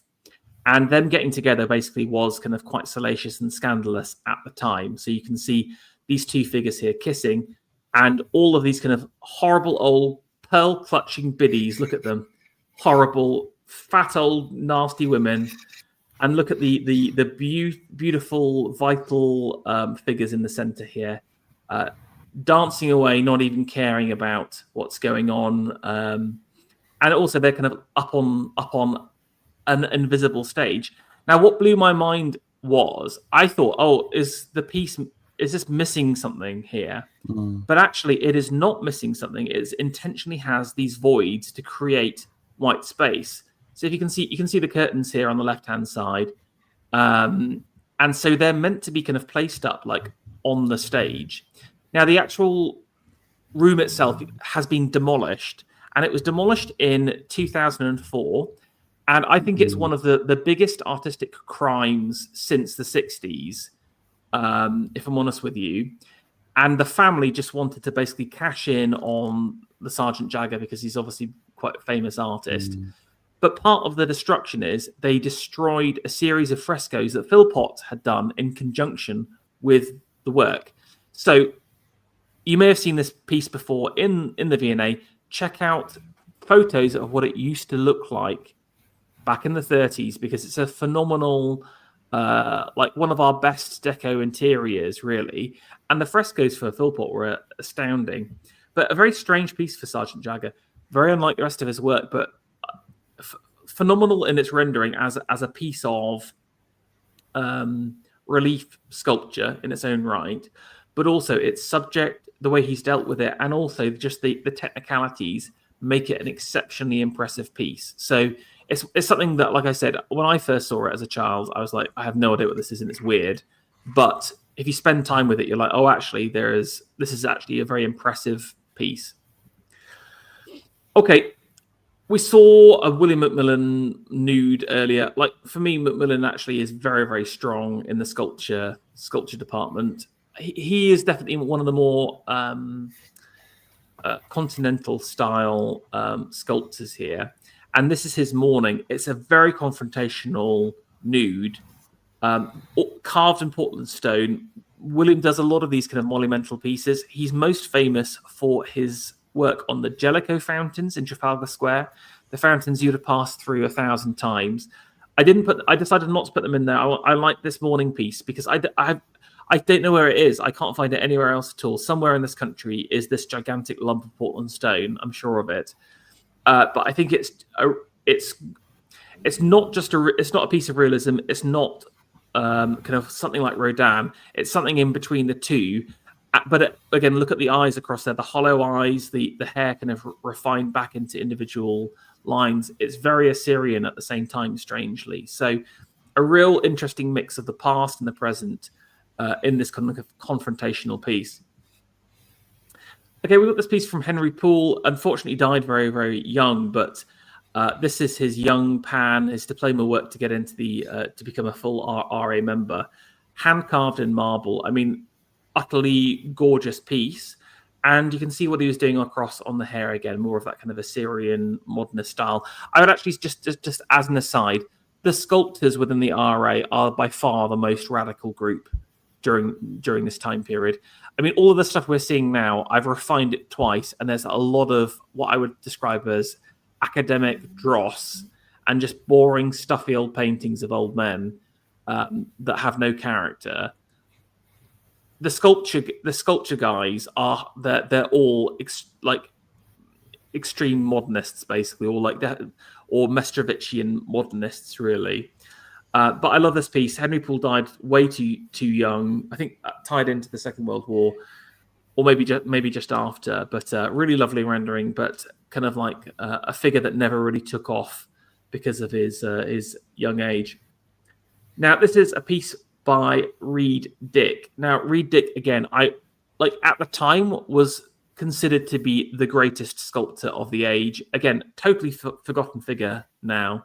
And I want to rehabilitate him. He does loads of stuff that you'd have passed by in London all the time. There's a famous RAF memorial, does stuff on Fleet Street. He's got a piece in St. Paul's that I was recently showcasing. He did the Kitchener tomb and a Pieta in there that I sent some videos around on my Twitter profile, where I managed to get close to them. I had to ask the priest guards to let me into the Kitchener grave.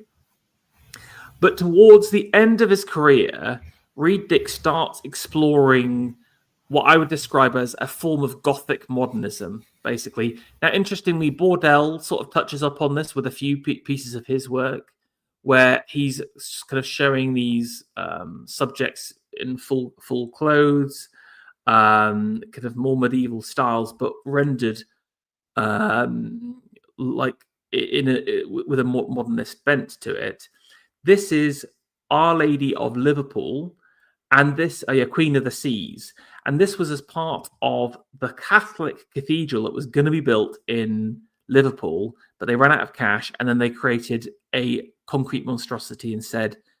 And I just wish they created the original trad Liverpool cathedral, because this piece was going to be the centerpiece of it. It was going to be an absolutely massive. This is a plaster maquette of what he was gonna do.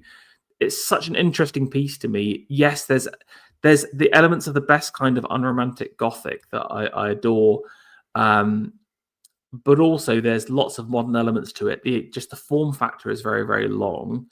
The rendering and the face. This some of these plasters were recently up for auction for a pittance. Well, like a couple of grand. I just didn't have the cash, or I definitely would have bought one.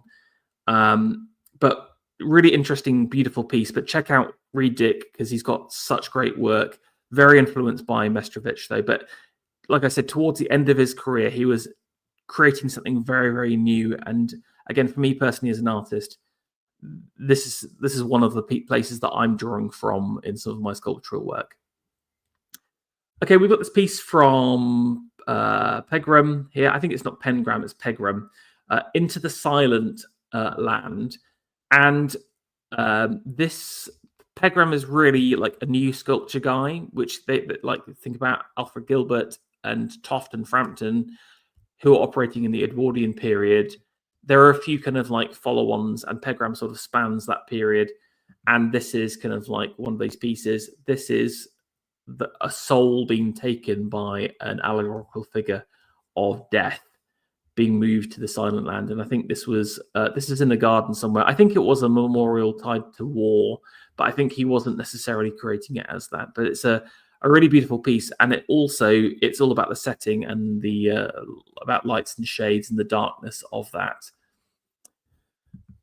Okay, we've got this piece by Garb here. Garb is a really interesting guy. He again, kind of underrated, and the reason why is that we're obsessed with like big pieces of art. I was saying this on the last stream. I think big pieces of art override something in your brain a little bit, where you can compromise on the quality, but if the bigness is there, it looks more impressive. People think, oh, wow.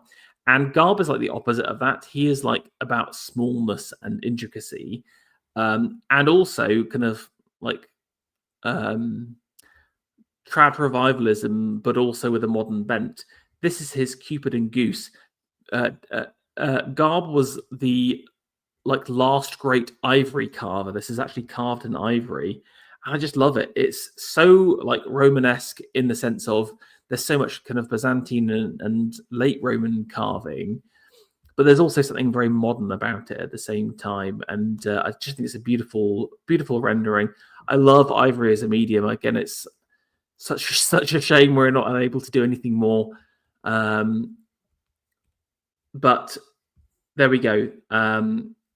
And so it's like a natural carving, but you have to work with the piece of ivory. That's what's interesting about ivory, and it creates these kind of long and thin works though. Okay, I mentioned Wheeler before. This, in my opinion, is Wheeler's greatest work. It sits on top of the Bank of England. It's not part of the main body of buildings. It's part of a dome on, I think it's like the southeast corner near One Poultry Avenue. And it's a proper gilded piece of Ariel of the bank, she's called.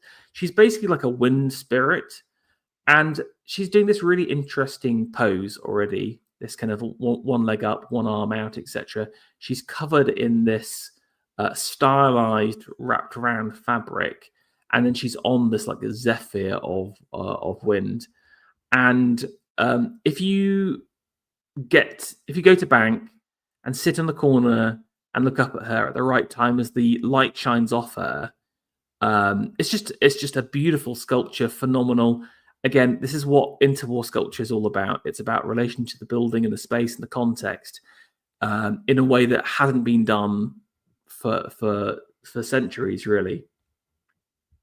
Okay, this is a Gilbert Bayes. I've got the original submitted piece here and what it actually looks like here.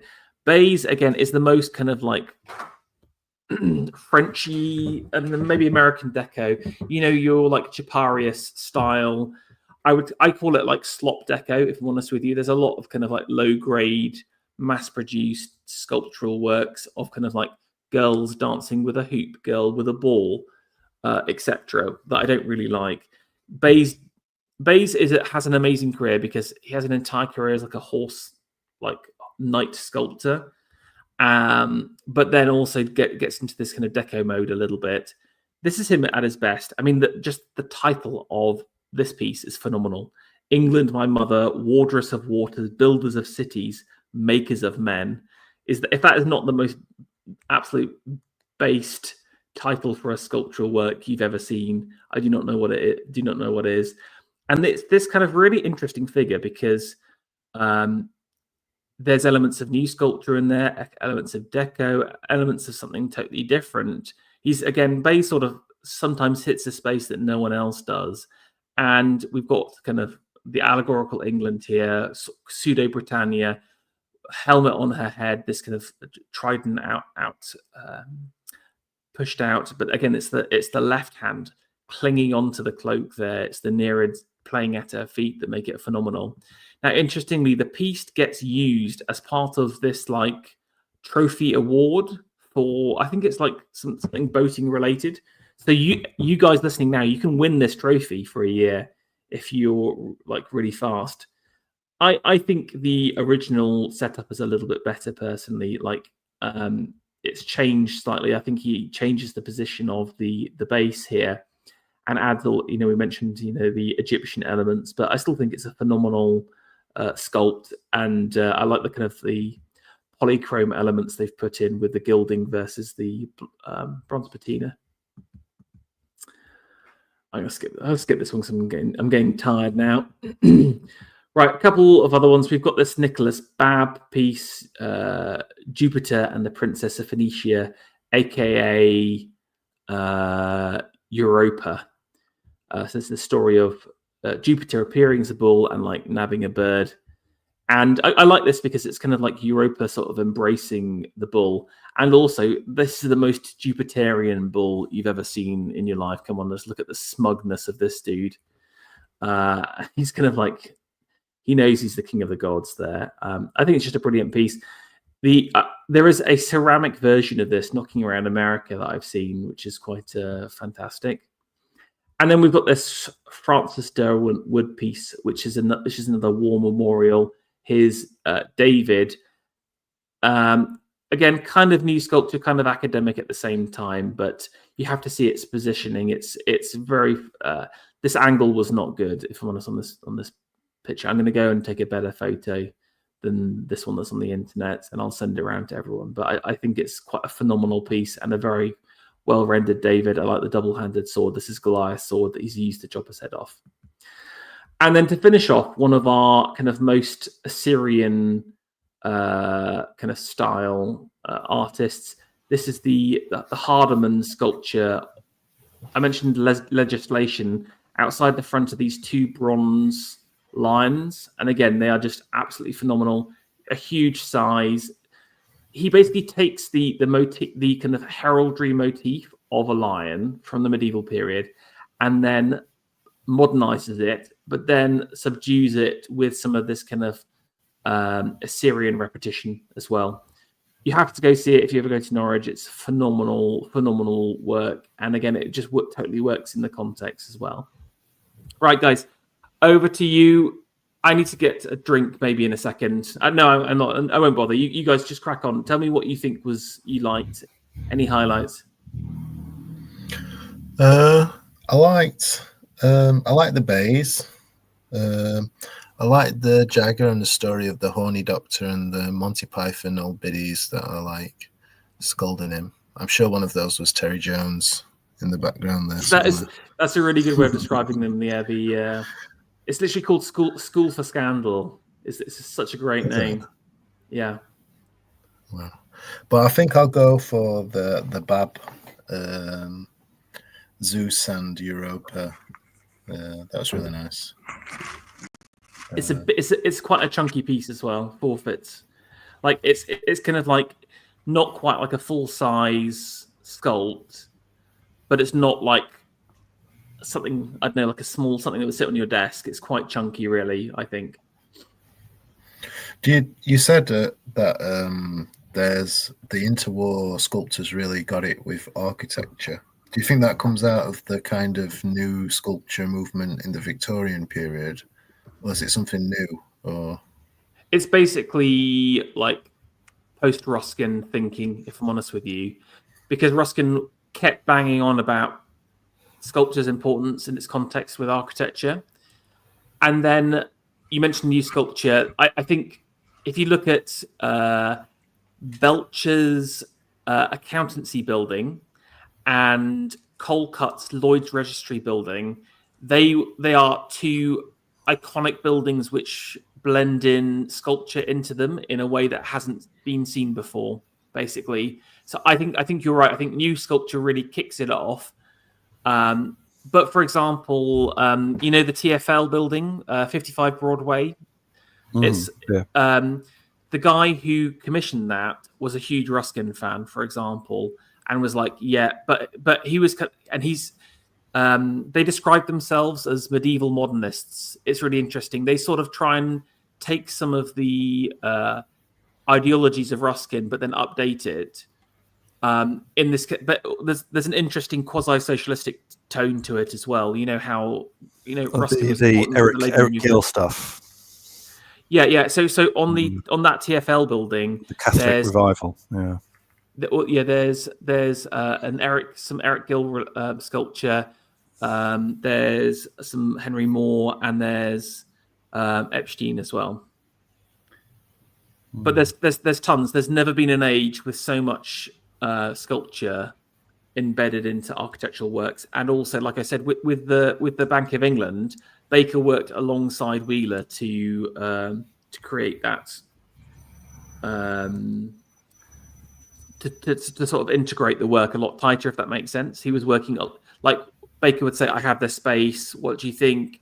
I'm thinking this, and then Wheeler would come up with some sketches. And do you know what I'm saying? They work collaboratively on it, as opposed to like today. If you see so-called art being integrated into architecture, it's either I'm just going to dump this monstrosity out the front of my building, or I'm going to bolt on this horrible piece. I'm going to scalp it. It's kind of like flaying something and wearing the flayed skin on top of the building, you know. So, well, that would be ornament, Pharaoh, and we can't have any of that.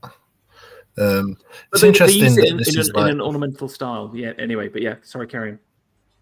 It's interesting that this is like not talked about at all by academia or the media or any kind of educational. This is just left to kind of people like us who, you know, go and spot things on the streets of London or something like that.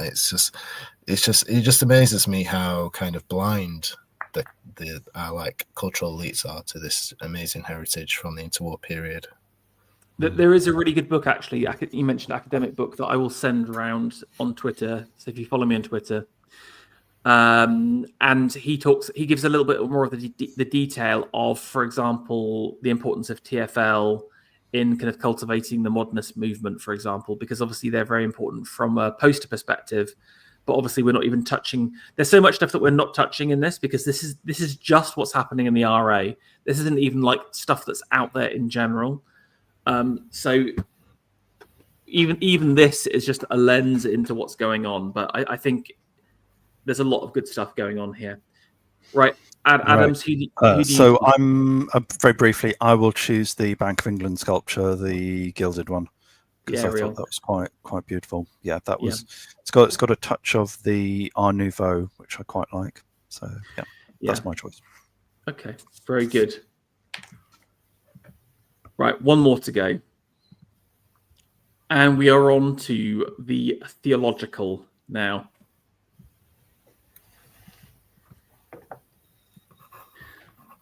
So let's start off with this piece by M.M. Howard, who was a woman, Adam and Eve, being kicked out of the garden. And she does like a series of these kind of like Adam and Eve, like cycle pieces. But again, just she's got some of that kind of like, there's you could do an entire PhD on the body types of the men. You know, it's very much these kind of like they are muscular, but there is a slenderness to them at the same time. They're not Herculean; they're more Apollonian, I would say, or mercurial, if that makes sense. But I thought this was quite beautifully rendered here. You know, Eve's face. Beautiful, but just totally downcast. Adam seems a bit more optimistic and nonchalant about it, but I think Eve's feeling the pain there. And then Gabriel with his flaming sword here is just sort of depicted next to them. But I thought it was kind of like an interesting piece. And again, like we don't often think about the theological with Interwar and Deco, but there is quite a few pieces really. Oh, this is the Pieta that I mentioned. Now, this is going to be exceptionally unpopular by people, but I don't really care. But I think that Reed Dick's Pieta is better than the Michelangelo one. And I'll just tell you why. It's specifically because the mother is awful in the Michelangelo. It's so massy. If you just bring up Michelangelo's Pieta right now, I very much dislike his rendering of the mother because she's just turned into a child. Firstly, she's too youthful to create that truly pathos moment, and also just her mass is so big and enveloping. Like Michelangelo just doesn't. He can't sculpt women. He doesn't. They're just terrible. All of his women are terrible. I've said it. I'm sorry. I know it's going to annoy a lot of people. And I think Reed Dick's attempt. I think. For me, beats what Michelangelo did. And the reason why is like Michelangelo's Jesus is better, but Reed Dick is very much interested in the Madonna figure and creates this really beautiful moment of pathos in a way that doesn't have that mass. It's all about triangles. It's about lightness, but it's also, there's a believability to it as well. I think that it's too real. And this is in the Kitchener Chapel. You have to, the door is locked. You have to get inside and then look up to the right hand side, and it's a phenomenal piece. If you go through my Twitter profile, I recorded a couple of videos of it, so you can see what it looks like a little bit in reality. And I think people can get access to it as well. But I think it's exceptionally beautiful and one of Reed Dick's greatest work here. Okay, this is interesting. So basically, this is part of a series of works by a guy called Charles Sims.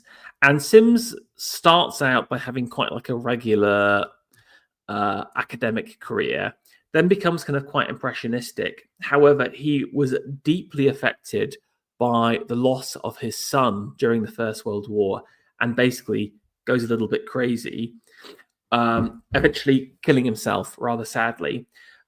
Before he does that, he submits 6 pieces of work to the Royal Academy that were accepted, and this is one of the pieces.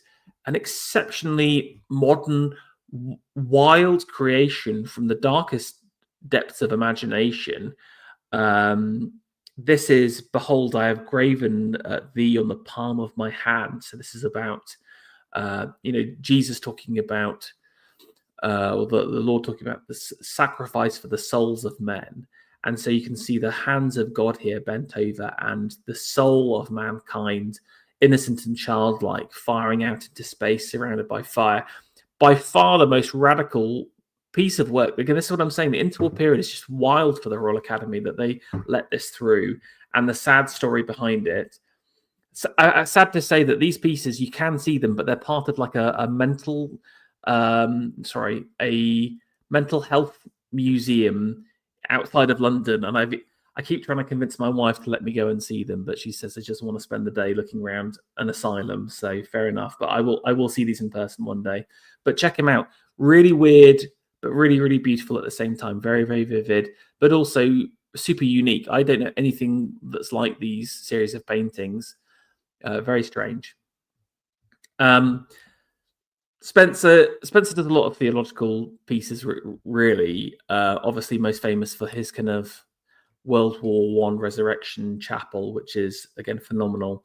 This is the parents' resurrection here. And again, you've got this moment of it's simultaneously a funeral, but a resurrection that's happening at the same time. And you can see these kind of older figures coming up from the grave. Spencer, I think, he's at his best when he's doing these kind of theological and natural pieces, personally. This is Spencer Watson again. So again, that great portraitist does some really good theological works as well. Super, super colorful. It's all about kind of textiles and richness. Look at the jewel tones in this, and this is the adoration of the Magi here. I love the setting for this, where the stable has been turned into this kind of mossy cove, and we've got kind of young Mary presenting the child to these 3 brilliant Magi. I just love, again, as a textile nerd, just absolutely love their bright textiles. And then Joseph looking on as part of it here. But again, I think this is kind of like elements of the kind of early PRB, like Holman Hunt, something like that, combined with, the fabric. This fabric is a Bloomsbury fabric, which I loved. So it's trying to pull in kind of contemporary things into it to reimagine the story. This is a Griffenhagen here, the vision, and again, it's a vision of the Madonna and Child to some fishermen.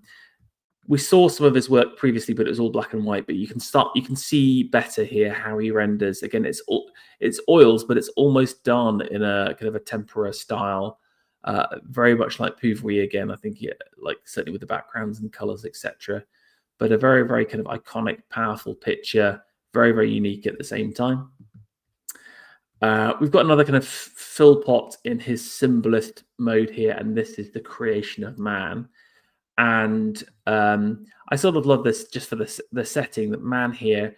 You maybe kind of be thinking of like a man made of clay, but Philpott's got him made of the clay of a mountain, and he's placed at the top, being formed by these sculptor's hands almost. There's something sculptural about it.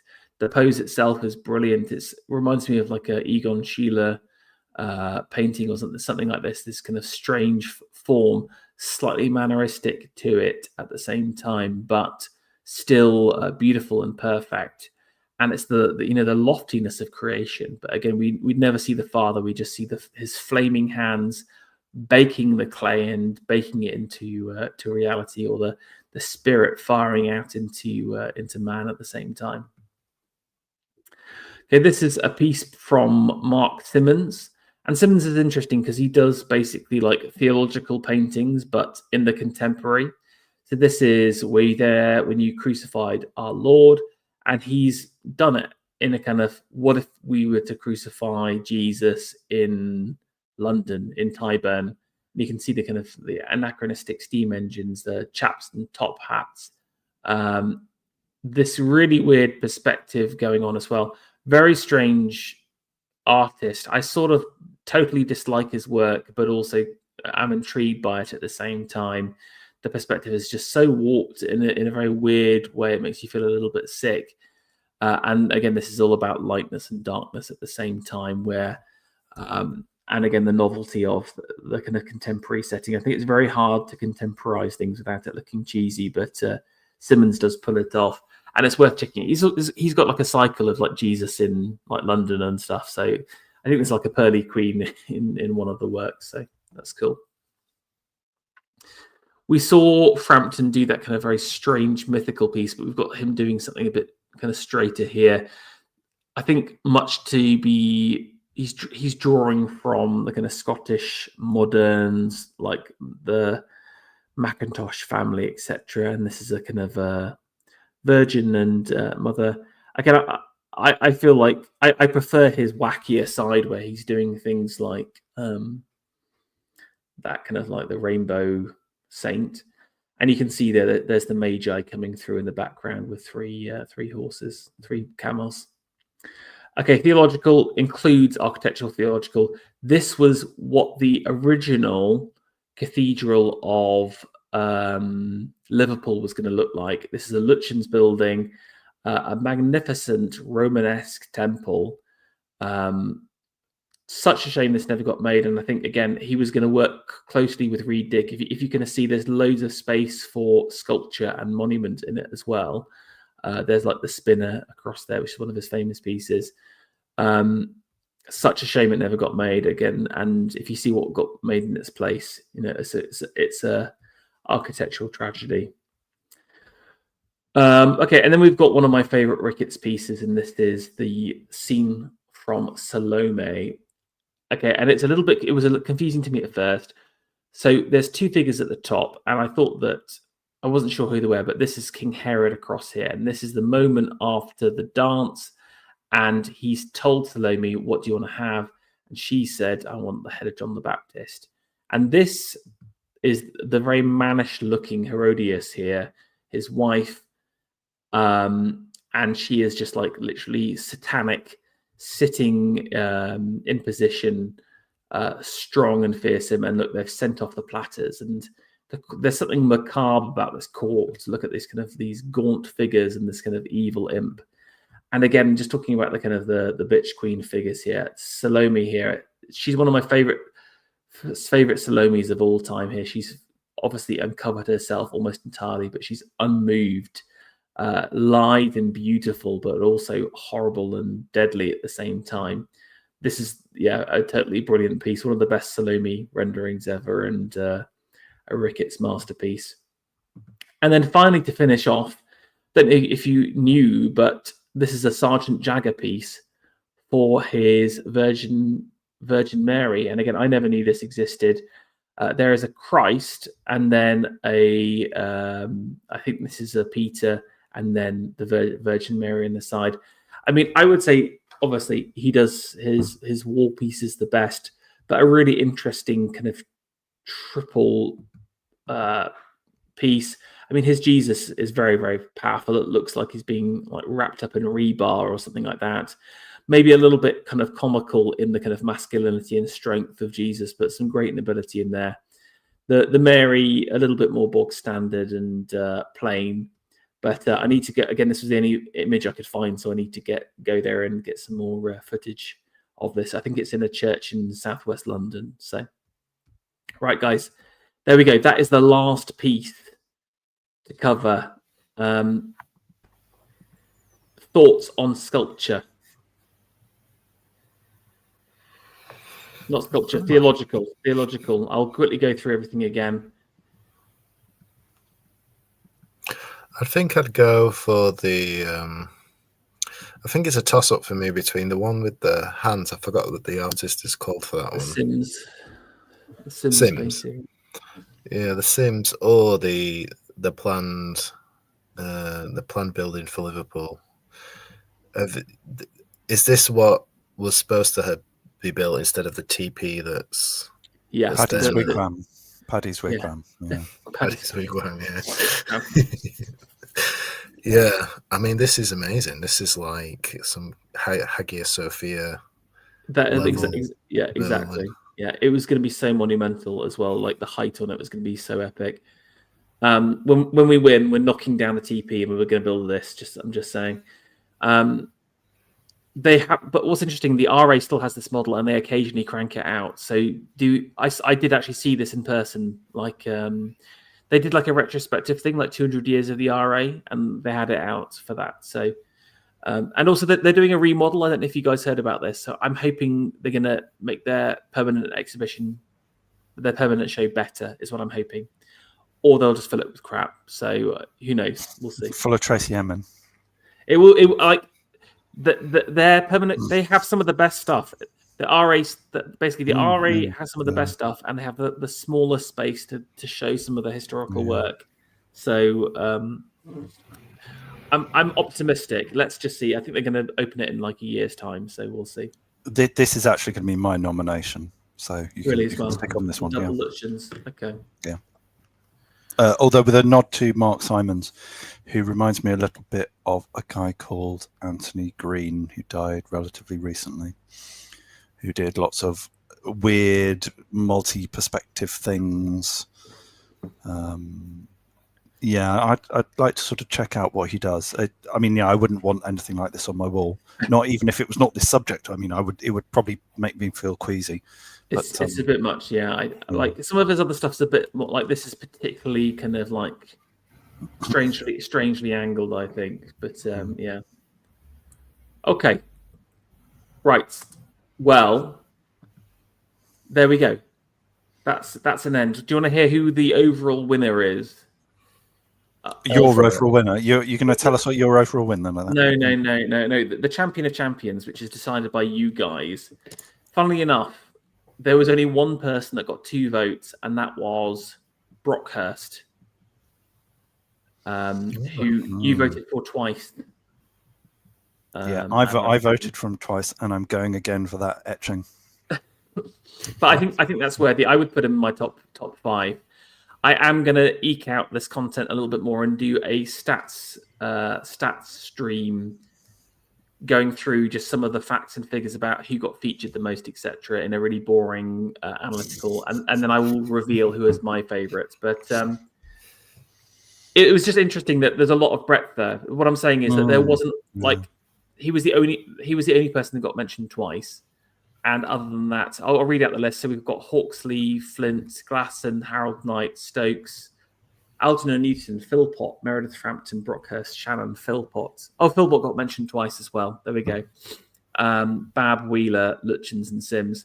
So, again, kind of wrapping up from my side, I think it's just such a fascinating period. Lots of really interesting stuff being pioneered. And I feel like there just needs to be a dedicated space. If you were to fill one room with just one of those categories, I think it would be phenomenal. And if you just tuned in for the first time just to hear this, If you have 20 hours of free time, you can go through the full list again. It's all on the playlist on this channel. I guess, guys, we're gonna last thoughts about have I won you around for a bit of interwar love? How are you feeling about it? Yeah, for me, I'm definitely impressed that, I mean, my first love is, I'm afraid it's probably going to be, École de Paris, I'm afraid, but you've turned in a good performance, and there are some names there that are new to me, and almost all of that work was new to me. And so I'm really impressed. You put in a lot of work, and you've really opened my eyes to stuff, and you've given me some stuff to look at. So thank you very much. Good to hear. Yeah. Sam? I'd like to thank you, Pharaoh, for all the work you've done on this, because it's been a real blind spot, I think, for our culture to miss out on all this stuff. And so, yeah, thank you a lot for doing all the research that you have done, and probably will do in the future as well on it. So, yeah, and there's just so much. And what strikes me is just the amnesia that we've got about this period, the way it's been wiped away from memory, even though some of it is in plain sight, like I said, like the Bank of England or the TfL building or something like that. It's there to be enjoyed, but most people don't know about it. So, well, what I'm trying to do is, number one, I have an Excel document with every single. So what I've done is any artist that was featured in the RA during that time period, I've then cross-referenced with the Art UK public index of publicly listed art, and I've basically pulled all of the data together. So anyone that was featured in that time, I've looked to see is any of their work publicly available technically, and I'm going to share that with everyone tomorrow on a Google Doc, and I'll share that on Twitter. So you can try and find out if there is some interwar art in your local area, and you can go and check it out.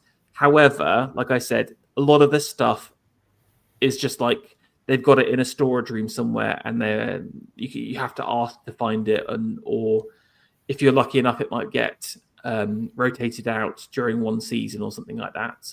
But hopefully we can, anyone listening, and if you liked it, do visit a gallery and then ask, what have you done with that Meredith Frampton you have, and make a bit of a fuss about it, because I think that will maybe potentially help get a bit more interest.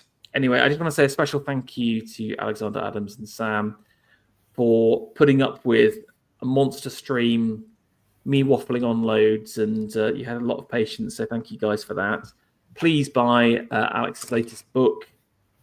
Buy Sam's print when it comes out. Follow them on Twitter. Obviously, we're all part of the exhibition crew. We're working hard in the background on many secret things. I won't say anything more than that. You just know that cogs are turning in the background. Crimes are being planned as we speak. Yes, the mercurial minds of the exhibition crew are once again playing games within games. It's like Spectre. There's a Mr. Pink, there's a Mr. Silver. Exactly. We've all got our own evil plans and volcano bases and stuff like that. Yeah. Yeah, but watch this space. But I think we'll call it with that. So, and also thank you very much everyone that tuned in. And if anyone watched the whole thing the whole way through, kudos to you. You are a true aesthete. So thank you very much. But for the meantime, I'll catch you later. Good night.